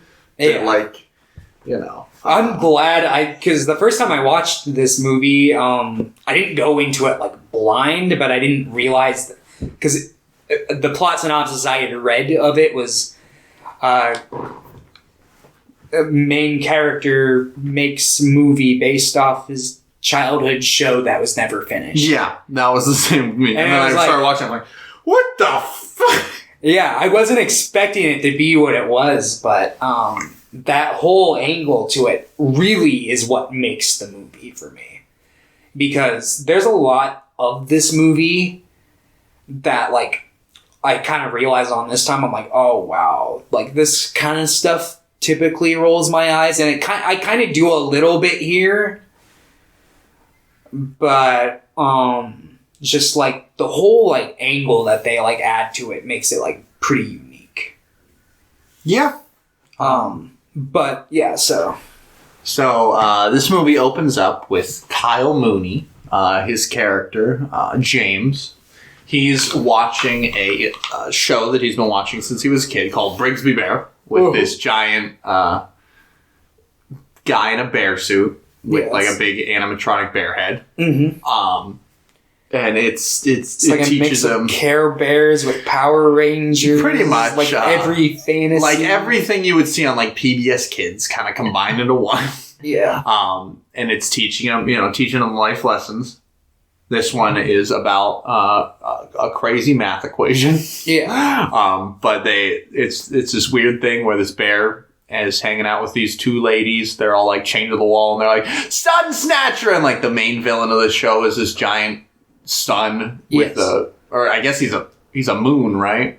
He's a moon. He's a moon that snatches suns, but he's very bright. Looks obviously like I think it's supposed to be a homage to the Trip to the Moon. Mm-hmm. Yeah, I'm pretty sure. Yeah, but it had a brain. It's just Mark Hamill's face inside a moon. I was watching the blooper reel after this, and there was one where Sun Snatcher's just like, "We're going to build a wall and make the Mexicans pay for it." Jesus Christ. I need to go through some of the supplemental material on this. I read an interview and he's like, "Yeah, I really like this movie script because it gave me lines. Because this was like right after The Force Awakens came out." I'm like, "Holy fuck!" Yeah, no, because like in The Force Awakens, he originally did have lines. They were all just cut. Yeah, I had heard about that. I felt bad because like the one thing because. Obviously, like, after Last Jedi came out, there was, like, that huge surge in, like, publicity where people were saying, like, oh, Mark Hamill's talking a lot of shit about the new Star Wars movies. My favorite thing about that is, like, he can dislike him if he wants. Yeah. But, like, most of those interviews, he never said anything of the sort. Or, like, he'll, like, kind of do, like, an eye thing, and people will be like, he hates it, see? He did the eye thing. And I'm like, you guys are blowing this out of proportion. It's fine if he does dislike it. But, like, from everything I've read, he's just kind of, like, whatever about him. Yeah, I know he had, like, had some... I know he had gripes with the like way that the Luke character goes, and he had been vocal about that. But I know he had like made a comment later. As a guy, he's like, he said he regretted saying that because everybody came after him after that. Like, see, Luke, he hates the movies, and he's like, I never said that. Yeah, the main like argument I could see for that because I was always like, you know, if he is talking a bunch of shit, you know, it's but is the fact that he's like, well, we never got to be like together. Yeah, be together with like the original trio, him, Leia, and Solo, because they obviously spoiler kill Han Solo in Force Awakens. And then, what? Oh, I'm sorry. I thought you had seen. I've never seen a Star Wars. I mean, you've seen. Yeah, I was gonna say you've seen Last Jedi a lot. I've just never seen The Force Awakens. I'm like, what is that? No. Wait, there's a first one? What? I thought it just went episode 6, episode 8. Yeah, what? I thought they were just being funny, like how they made episode 4, 5, and 6 first. I figured they were going to go back and make 7 after.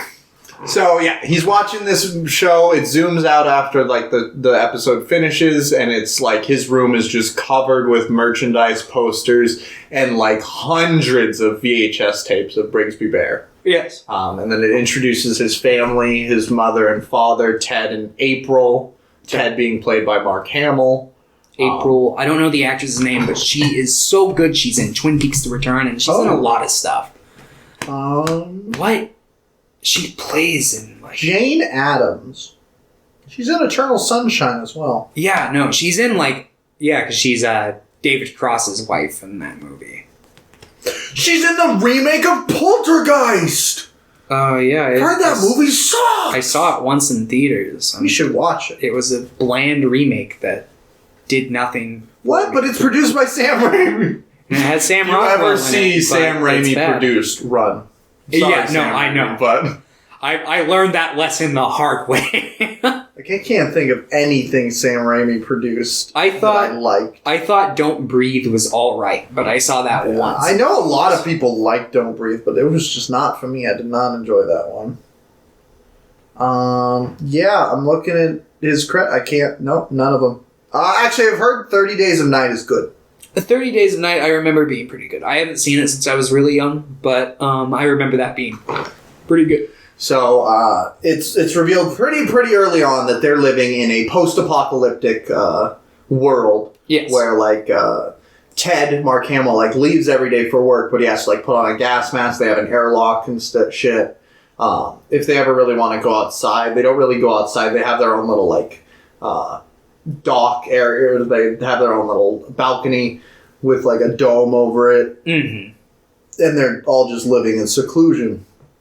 And the only thing Kyle Mooney can really do is James can do is he does like his math problems and he watched Brigsby and he's obsessed with it because it's the only thing he's ever really watched. Yeah. And he rewatches it and there's a network that he connects to talk with other people around the world about Brigsby. Yes. I'm gonna sneeze, hold on. Oh. Brigsby Bear!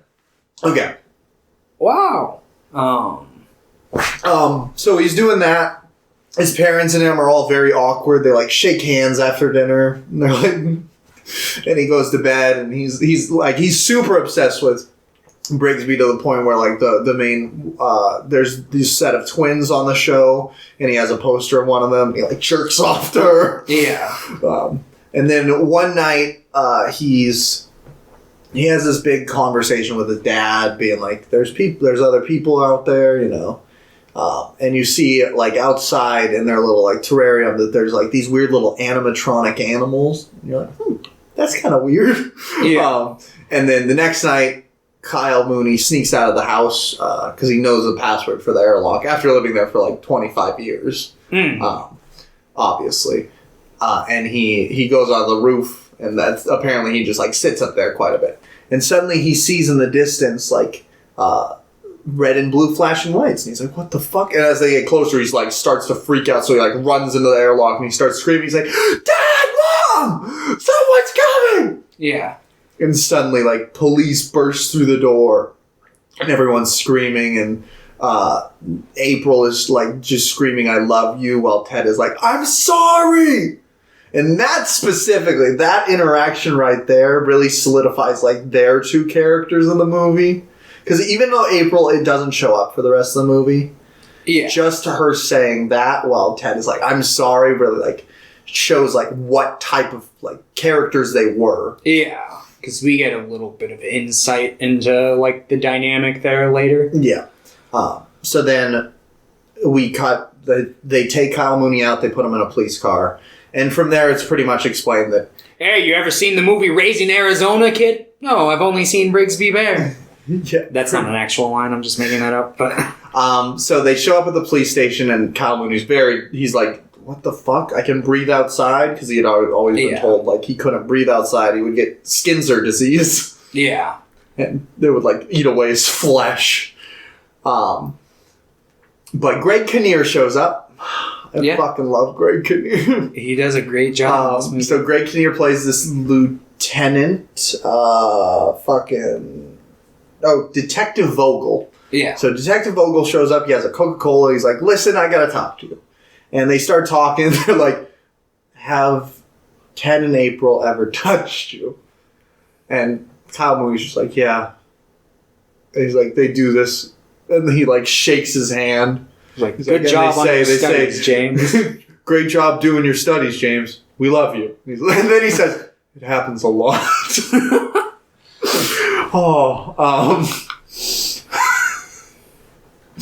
So Detective Vogel pretty much relays the information that what we would suspected from like the last couple minutes. Ted and April weren't actually his parents, and they kidnapped him when he was an infant. Yes.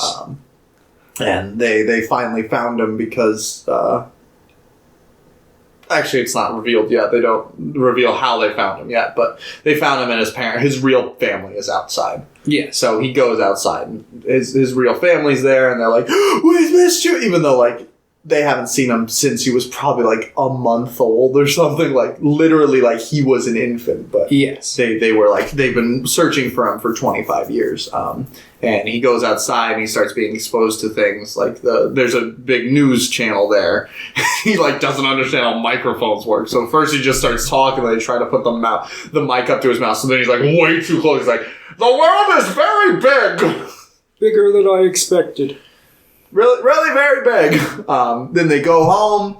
He's freaked out by the dog. A lot of the intro scenes are just like him being like, "What the fuck is going on? Yeah. They're dogs?" He doesn't understand reality. He doesn't understand that there's other things like he can watch. He's like, "I want to watch Brigsby," and they're like, "Well, we don't have a VCR, but there's other things you can watch. Like, there's other shows." So he starts flipping through the channels, and a news story comes on of him, and they like turn off the TV. They're like, "Fuck." Yeah. And he goes to bed. And so it's his mom as his dad, and he also has a sister, Aubrey, who's like 6, like or 7 years younger than him. Yeah. Maybe like closer than. According to like movie logic, maybe like, or I guess because he's like they say Kyle Mooney is 25. He's 25, and is she a senior in high school or out of high school by this point? I think she was in. I thought I don't know. I thought she was like fucking 16 or something. I don't think she's 16. I didn't think her like friends were, but she looked like she was like fucking 16 or something. I don't know. Met a 16-year-old. Not since I was like Yeah. 16, but I don't know. They came into the theater every once in a while. yeah, I just thought they were 12. pretty much. But they start trying to reintroduce him to things. But there's this big thing. He's like, I want to watch Brigsby. And he's talking about that at this... he goes to like a therapist who is played by Claire Danes. Yeah. Who's also a great actress. She's a fucking bitch in this movie, though. Yeah. I find it funny because on the cover, like, they have her in like a little like square where I thought she was going to be like a more like important, heartwarming character. Yeah. But she's not. She's pretty much the antagonist of the movie in a lot of ways. Yeah. Or at least the, like, stepping stone into what happens. Yeah. But she's like, there's no Brigsby. The reason we found you is because somebody saw Ted going into, like, an abandoned warehouse. And inside was, like, the sets for Brigsby. So he had been making the show for just his son for 25 years. I like how they're like, well... We were on this case where we were looking for this infant who disappeared 25 years ago, and we saw this guy go into a warehouse where there was a bunch of Bear TV show shit, and just put it together. It's like, must how be do a good detective. It's like you must have like how does all the Brigsby Bear shit correlate to him directly? Like, I mean, obviously now that you've discovered him, you can see, but it's like, well, I thought it may have just been like.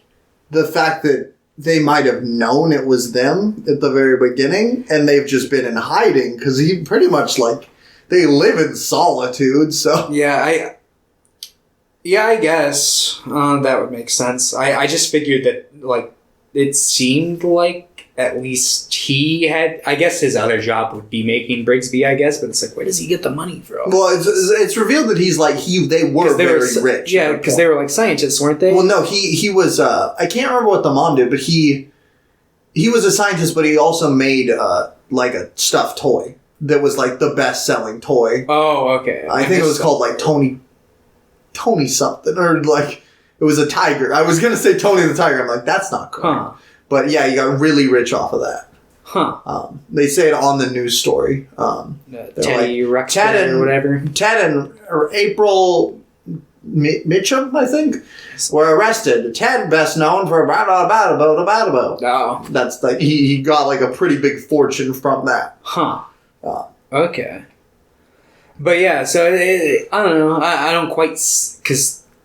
I don't know. It doesn't quite correlate for me. I mean, it makes sense if maybe he was in hiding. Or yeah, I guess that would make sense if he's in hiding and then they like follow him from the warehouse to his house, I guess. Or to the...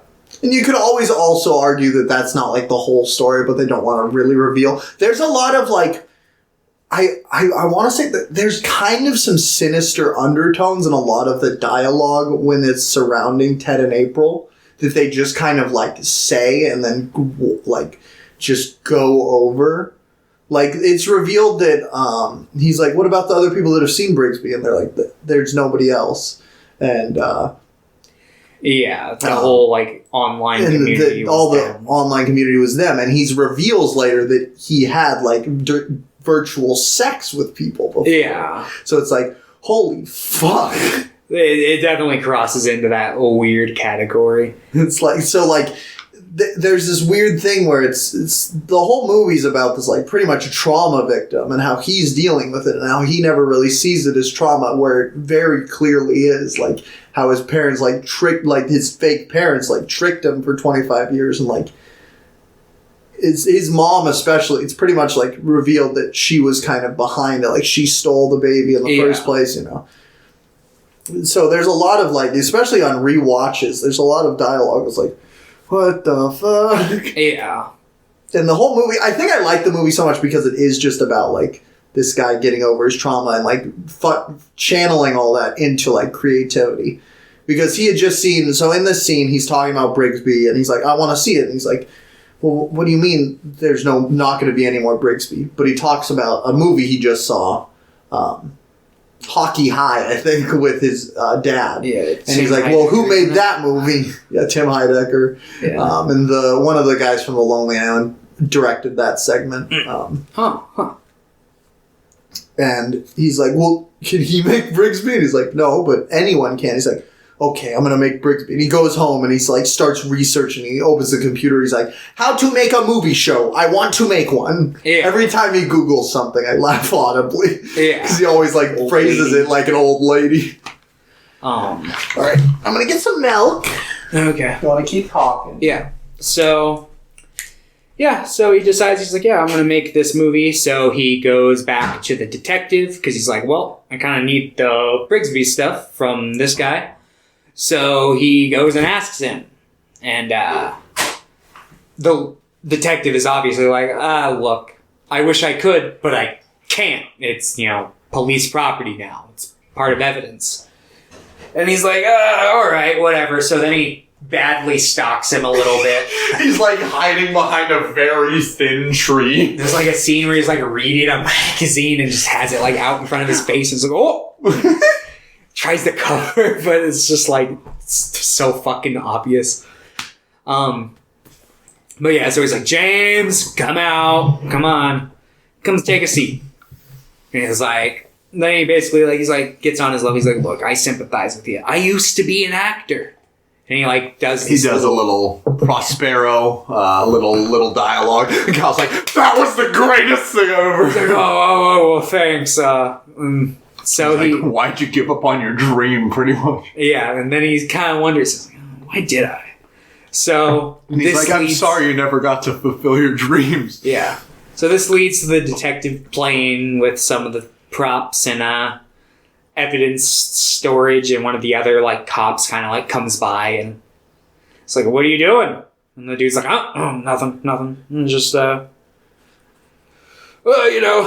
taking a gander. And then he like leaves. Taking a gander. And then so basically he steals a few of the props. Most importantly, the animatronic head.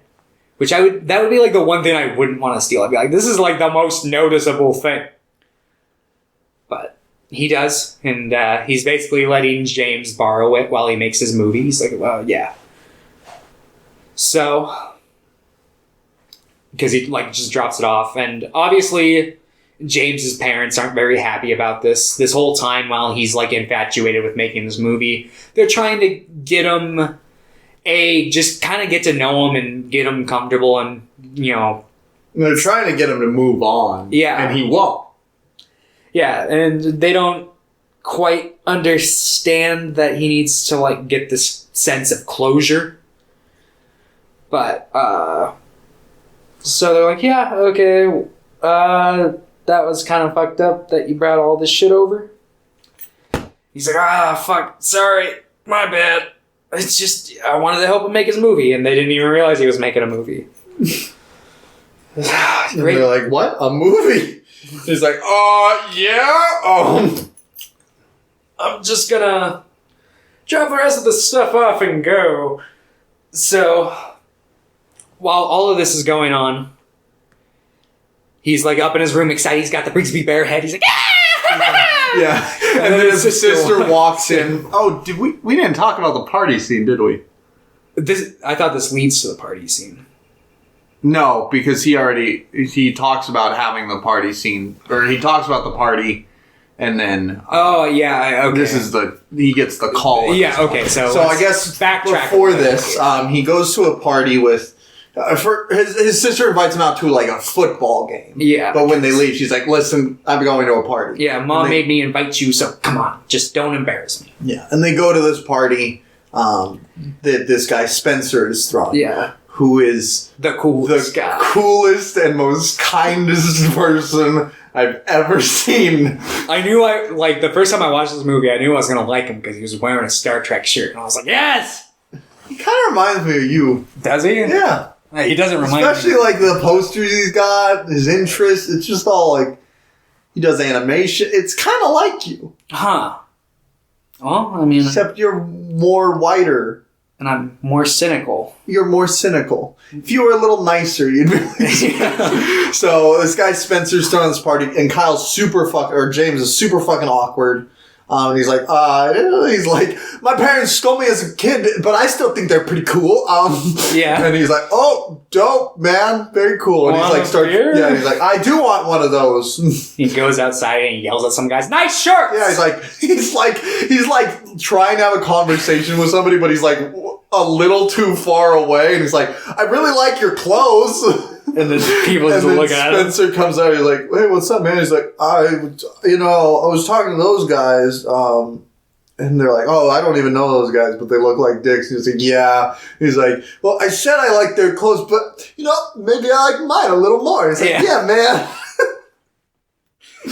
And they start talking, and eventually Kyle gets James gets more looser, and he starts talking about Brigsby, and everybody's like, "Whoa, look at this!" Yeah. It's like, I'm gonna make a movie, and they're like, "Wow!" And one guy's like, "Can I be in it?" He's like, we'll see." And he's like, "Everybody else, you're in it. This guy, I don't know." He's like, "I'm kidding. You can be in it, maybe." And while all this is going on, while he's describing the movie, his sister's got a friend. I can't remember her name. Yeah, I'll look it up. But she. Meredith? Yeah, I think it's Meredith. But she offers him what I presume is like... It's acid. I'm pretty sure. It looked like tabs, so I'm pretty sure it was acid. It kind of looked like a pill to me. Maybe. So I thought it was like ecstasy or Molly or something. Maybe. It was something. Yeah, so he takes and something. He's like, sure, I'll take it. And then they start getting all groovy, and then he starts like, whoa, and they go upstairs and they fool around a little bit. Yeah, I hope if it was ecstasy, she does give him water, so that would make sense. This fucking scene, they're like both super fucking high, and she's like, they start like making out, and he like doesn't know how to make out, and then she's like starting to jerk off. He's like, that feels weird. He puts his hands in the air. That's the best part of the scene. It's so weird. Like he's like putting his hand there, and she's touching his penis. And he's like convulsing. He's like, I like that. Thank you for that. Thank you. Yeah, so and then he like just runs out. He's like, thank you very much. As soon as he comes, he's like, okay, thank you. And he like runs out. He's like, thanks, Spence, for the party. And he like runs out. And then Sun Snatcher appears in his hallucinations. He's like, you're tripping balls, man.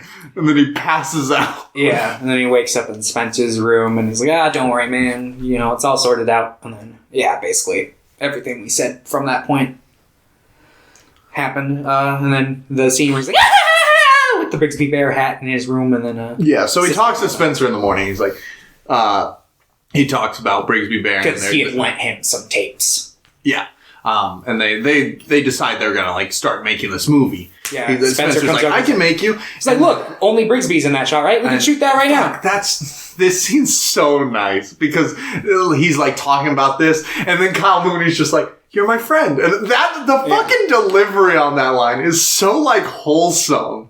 And it's just, this movie makes me so happy. Like, I felt like this movie was so needed after last week. Yeah. Because this movie's, like, so happy. Yeah. Especially compared to the... God.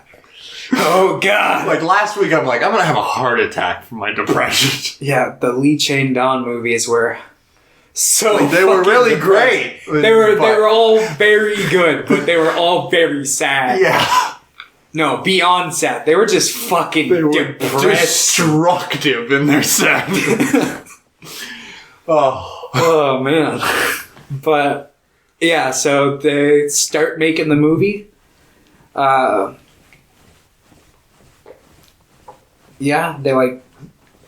start filming things. It gets to the point, I think before they go on the camping trip, they have that scene where they shoot with the detective, like, in his front yard. Yeah, they're like, okay, Detective Vogel, you're going to do this. And they have this big, like, rock set up, and he's sitting above them. Is like, long ago, my people were the ones who encountered the person you know as Sun Snatcher. There is one chosen one, and it is you, Brigsby Bear! And it's like the super over-the-top, like, dramatic performance, and they're like, that was amazing, and they just do one take, and he's like, can I do it again? I think I got another level. They're like, wow. What? Really? all right. I mean, then yeah. And then he's like, all right, I'm not ready though. He's like, give me a second. Your parents. Yeah, that happens. And soon, then throughout this whole thing, like he's just spending like almost no time with his parents, and they're like getting sad because of it. Yeah. But he's spending more time with his sister. They do all go on a. Yeah. At one point, he Googles. How to make big explosion. Thank you. And he also does like how to learn cool fighting styles. Yeah. I want to learn them. So he can do like fun action moves for his movie, but he does start. He like goes to this like Home Depot or something, and he buys a bunch of stuff for a garden, quote unquote. Yes. And the guy he encounters there is like, "Yo, it's you, kidnap kid." Yeah. Oh, and Spencer had uploaded a bunch of the Brigsby Bear movies tapes to YouTube, and people all around the world were watching them. Yeah, they went viral. So man, those clips of Brigsby were great. Like, there's one that's like, remember the thing I said at the beginning of the episode? Remember, only touch your penis twice a day. There's a rap Brigsby does. Yeah, just a bunch of like cringy, just head scratching. Like, wait, what?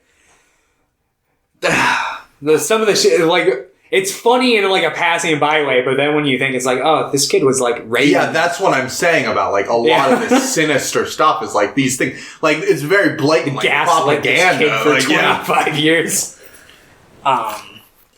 Yeah, fucking.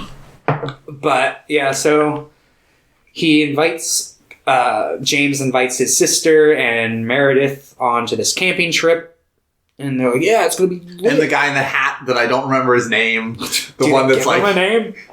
I think at one point, but he's in a bunch of scenes. But he doesn't do it. Well, he's the guy that like does the action stuff. He's just kind of there. Yeah.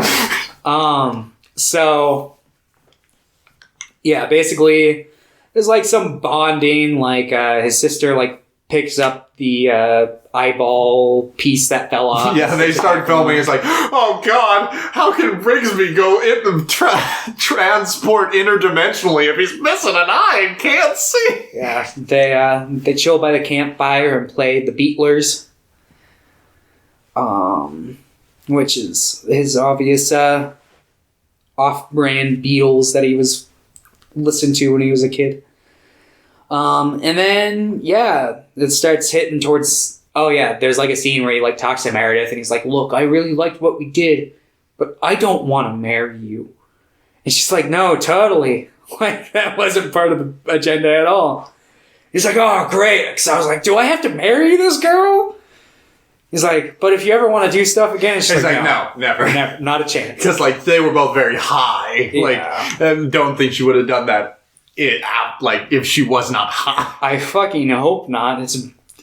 I'd say that there's an argument that's like pseudo pedophilia. I mean, obviously not because it's not. Well, I'm pretty sure they were all like. I'm pretty sure they're all 18. I mean, they're all 18, but the point I'm making is that he's got like the mind of a child. Yeah, in so a lot of can't ways, really consent. But he's also like a he obviously genius didn't. Well, I don't even think like he knew what sex was, based off his reaction of "Whoa, thank you." But he's also like a genius. He's like a prodigy. Like he's super good at a lot of math stuff they do at the beginning. Like oh yeah, because he was raised by like super smart. Yeah, exactly. But they do that and they like they have this bonding. At one point, he says, man, I wish you were kidnapped too. We would have had so much fun. And she's just like, she's like, yeah. She kind of says like, yeah. She's like, that would be cool. And then the sunset. And it's like, oh, we got to go do this next shot. And so him and Spencer leave. And to do this next shot. And, where they're supposed to have this like computer that explodes and Spencer's gonna CG it later. But because he does a bunch of animation, which was shown like in one of the first shots of them together kind of thing. But that bomb... Yeah, there's a big bomb that goes off, and immediately Spencer gets out of the truck, and he's like, dude! You can't do that! It's like the only scene where he's like not nice, and that's just understandable. He's like, dude! The police are gonna show up! Domestic terrorism! Immediately, police show up. Yeah. And Kyle's just like, no, the police are good! He starts running at him, he's like, hey guys, we're fine! And they tackle him. Yeah. And then, Yeah. The police officer that's been working with Detective Fogel, which is the guy who's on SNL, like, he's a regular. He's like, you know that was domestic terrorism, right? Yeah. He's like, there was also drinks and weed, and he's like, I did all the marijuana smokings and the bad drinks and the explosion. All mine. They were all mine. Nobody else. And the dude's like, I've been watching some of your Brigsby tapes. And he's like, oh yeah, what episodes? I don't know. There was one with a wizard and a waterfall who they taught him multiplication. He's like, oh yeah, that's from when I was a kid. That's for the kids. He's like, oh yeah. And he's like, they really did a number on you. Yeah. But, so the parents are like, dude, you have to stop with this Brigsby stuff. And, he's like, no! Like, all right. The therapist as well is like, you need to stop. And he's like, no, I refuse.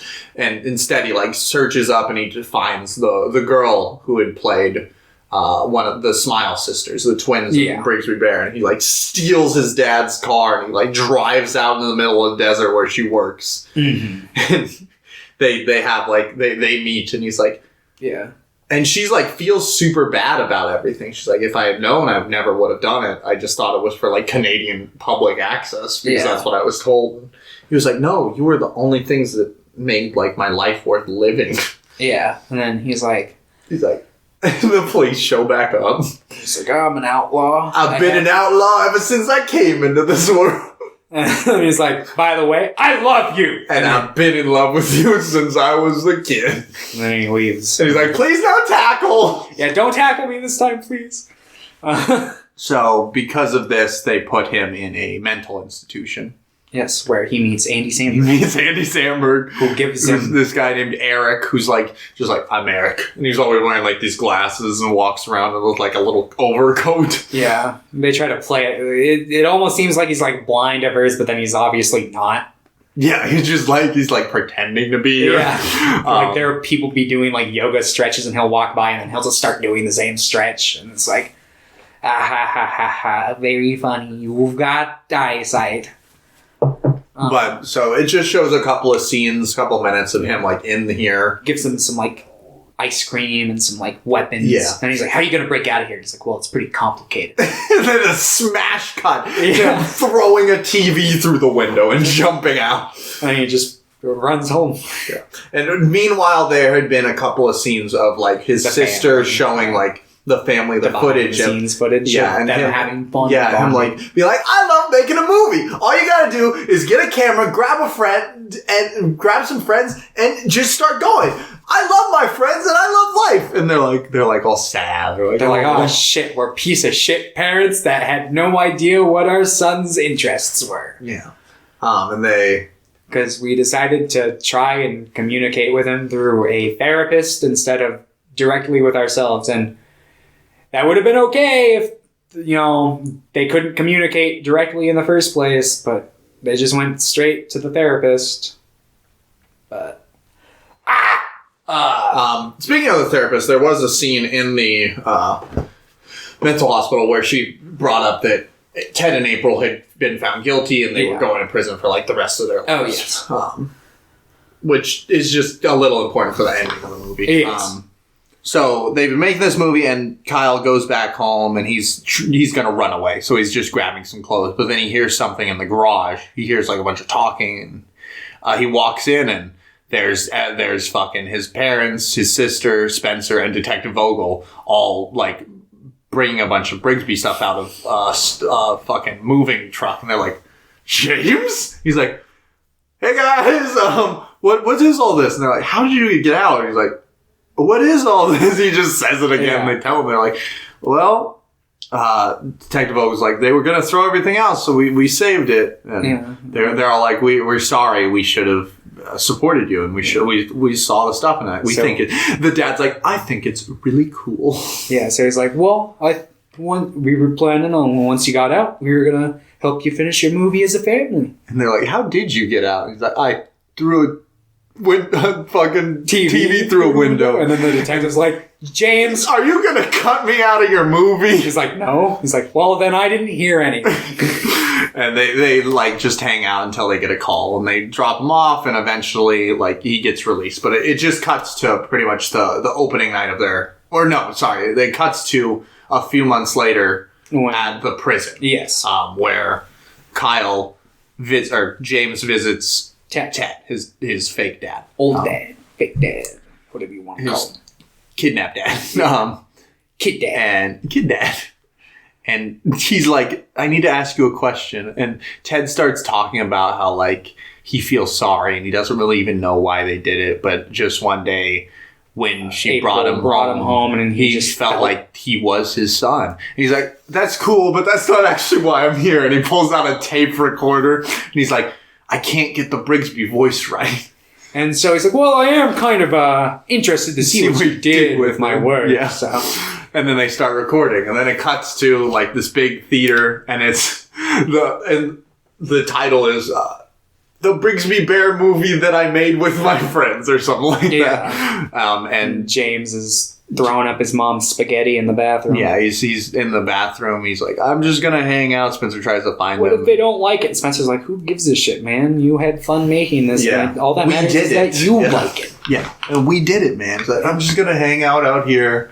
And he does, and it shows the intermittent cuts of, like, the movie, and people, like, the explosion happens, and everybody's like, what the f-? Yeah. And there's the scene with the fucking Detective Vogel near the end, and he's like, it cuts to him, and he's like mimicking what he's saying on screen. His partner is like laughing at him. One of my favorite little bits that they show here is like the climactic kiss between him and the one twin. And then they do like a close up on the mouth, and then it gets like a reaction shot of the audience, like, what the fuck? Why did they do a close up shot of that? And then he says bye to them. He's like, I'll never forget you. Fuck it. I can't even remember her name, whatever the Smile Sister's name was. And then he turns over and he's like, oh, bye, Nina, I guess. Yeah. Like the other one, he like doesn't give a shit about it. It's like, see you later. And then he like, the whole movie like ends with him like exploding and restarting the universe. Yeah. And everyone's like cheering and clapping, and Kyle Mooney comes in and everybody's like cheering and clapping for him, and he like has a big smile. And he sees like the real Brigsby, which is just in his mind, and it's like Brigsby leaves, he like fades away. Yeah. And then the movie ends. Bam. Brigsby Bear. Do you have any criticisms of this? I don't actually. Like, okay. I honestly don't really have any problems with this movie. Yeah. I think my first couple watches I did. There were a couple, but most of them like smoothed out over time, in my opinion. I kind of have a couple, right? I have a couple. Mostly because this movie, like, kind of teeters in and out of a type of movie I hate, because it's got like a lot of like cliches when it comes like to the whole family situation in particular. That's the part of it where I'm like, ooh, if it seems really like by the numbers at these parts. Like, obviously, like the whole sister, oh, mom's making me invite you to a party, don't embarrass me. Oh, parents have like the misunderstanding, and it's super obvious that like what they should do versus what they actually do through the movie. And it's just like stuff like that, and it's just a little like hammy feel good in certain scenes where it to the point where I'm like, this is super hammy. Like, and I just don't like hammy feel good stuff. I don't know what it is. I usually don't necessarily like it as either, but this one just, I don't know, it feels different to me. I think a lot of it comes down to the fact that everything feels so genuine for me. Like, even though it's a lot of like the performances or the dialogue might be hammy, it comes from like a real like heartfelt area, and I think that comes from the fact that this movie, like, they've been writing this movie since, like, they wrote this movie when they were in middle school. Like, a lot of it, like, a lot of it has come from years and years of them being like, I want to make this movie. Like, they were all middle school friends. And I don't know, I think it comes from like, it's just like this pure movie of like creativity. So I think I can get over a lot of the hammy elements. That's like the thing about it is like, I like the majority of the movie because it is so creative, but then there are like those like kind of baseline generic family. Yeah, Annie, I feel feels like shit I've seen in like a million families. The only thing is, I think that some of the build up, like they kind of subvert things by like that party sequence to be like, oh, I have to bring you to this party, but then the party sequence plays out a lot differently than you would think, in my opinion. I felt like it kind of played out like how I would expect a typical cliche party sequence, because it's like he does the embarrassing thing by like sleeping with the sister's friend and running out with like his pants half down and these tripping Even balls. then, I guess I just don't think it's as embarrassing as like most party sequences with awkward characters, where it's just like supposed to make you feel bad, because like most of the people there like aren't dicks to him, which is I guess that's where I'm getting at. Most of the people in this movie aren't assholes, which is surprising. Actually, I do. The only thing I really would want from this movie more is, I think, like, I would have liked a character for that one guy that's just in scenes a lot, the other friend with the hat. Yeah. Like, just because he's in all these scenes, I'm like, he should probably have, like, a couple lines. Give him something or take him out. And maybe a little more for Meredith as well. But besides personally, I don't mind that they didn't do much with that one character, just simply because he was the character who was like, maybe you'll be in it. Maybe. Because I felt like that. Okay, I get that. Cool. But no, I do want a little more from Meredith. But besides that, no, and it might just be like my personal thing of this movie, like, makes me the happiest, like, any movie. Like this and like School of Rock. Yeah, like I like the movies that make me happy. I feel it. I do the same thing with One Piece. Like, I think that show's got some pretty big flaws, but I feel it makes me so happy that I'm okay with it. I feel like the flaws that are present in this movie are just pretty easily overcome because of how happy it makes me. Yeah. Like, a 10 out of 10 movie for me. Like, a perfect movie. I don't think perfection exists. Yeah. But, of course, I think a movie can overcome, like, if it has that big emotional reaction for me, I think it can overcome a decent amount of flaws and still be, like, perfect in my eyes. I mean, like, a perfect viewing experience for me. Yeah. If that makes sense. No such thing as objectional perfection, but personal perfection. Yeah, exactly. And this is personal perfection for me, at least. Yeah. That's why I've seen it like 5 or 6 times. I don't watch movies 5 or 6 times unless I love them. I've watched it 3. It's pretty good. I'll probably watch it more in the future. There's a lot of fun little intricacies, like, from this. Like, apparently Kyle Mooney, like, only ate noodles during this movie because he wanted to be a little slimmer than he even is usually. I'm like, wow, we talk about the machinist and stuff, but we never talk about Kyle Mooney and Brigsby Bear. But he, like, was on a noodle diet the entire time. Yeah. Because apparently, like, all the scenes in the fucking, like, when he's captive, like, apparently they only eat noodles. I wasn't paying attention. Apparently that's a thing. Like, there's a lot of little things that I want to pay attention to next time. But yeah. Huh. Yeah, so I gave this movie a 10. I'm sticking with my... What, 7, 8? What? It was a 7. 7? Yeah. Cool. 8.5 for us. Yeah. Very neat. Very neat movie. All right. Time for our picks for next week. Okay. You've got classics, so name it off first. S or D?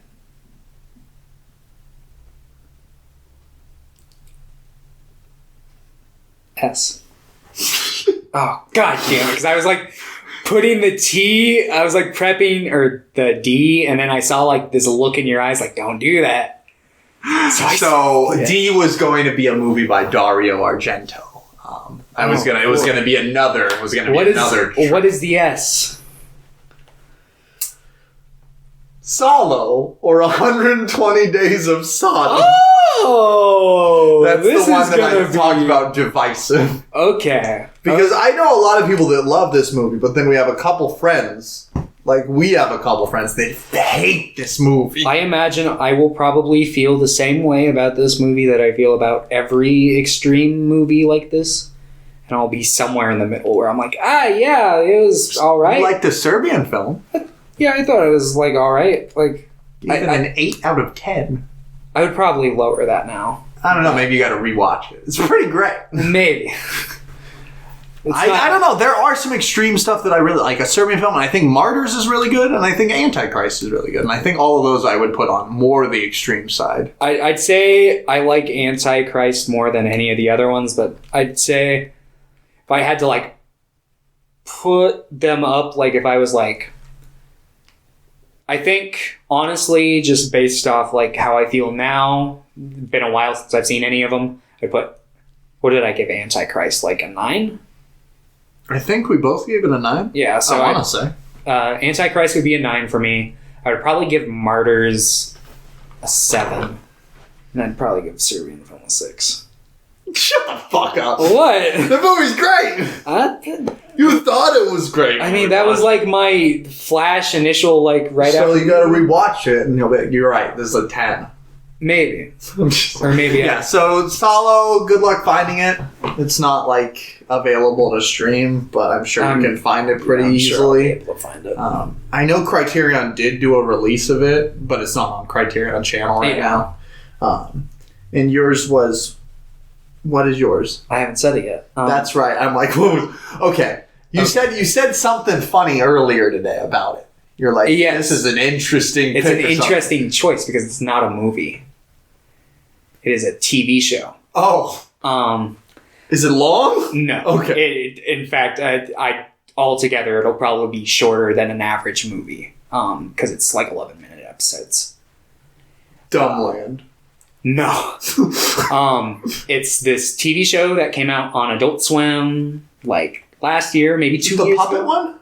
It's got stop motion puppetry. It's called The Shivering Truth. Cool. It's 7 episodes. I bought it off Prime like when the show came out. If you go with Prime, it's not available to like it's not like through Prime streaming. You'd have to like rent it. But they have the pilot as the final episode listed on there, so keep that in mind if you like watch it. I mean, it's an anthology show, so I guess it doesn't really matter. But I'm gonna watch them in like production order. But yeah, it's 7 episodes total, including the pilot. They're all like 11 to 15-minute episodes. Have you seen it before? Yeah, I've seen the whole thing. I love it. Okay. I remember seeing a trailer for it and being like, I really want to watch it. And then I forgot the name for a while. Yeah, no, I think it's great. And I was really worried because like the entire like year after it came out, I was like, because I loved the show, but I knowing Adult Swim and how these types of shows are usually received, I was like, there's no way this is getting a second season. But it was renewed for a second season! So I'm super excited. Nice. So that's what, this year or next year? They said it should be coming out at some point this year. So I imagine probably like fallish if I had to guess. I don't think it'll be coming out super early this year. I wouldn't even be surprised if it got pushed back to next year. Because it's stop motion and that takes a little bit of time. It takes like 20 minutes. Yeah. Per shot. Got a shit ton of animators. But yeah, so I've been cool. So pretty good little double feature, Solo and the Shivering Truth. Yes. Well, cool. I guess we'll see everybody next time for another exciting episode of Screen a Thing, Ween a Thing. And tell your grandma-thaw thaumathas to watch a thaw the podcast. Subscribe. All right, adios, the thought. Adios, the thought.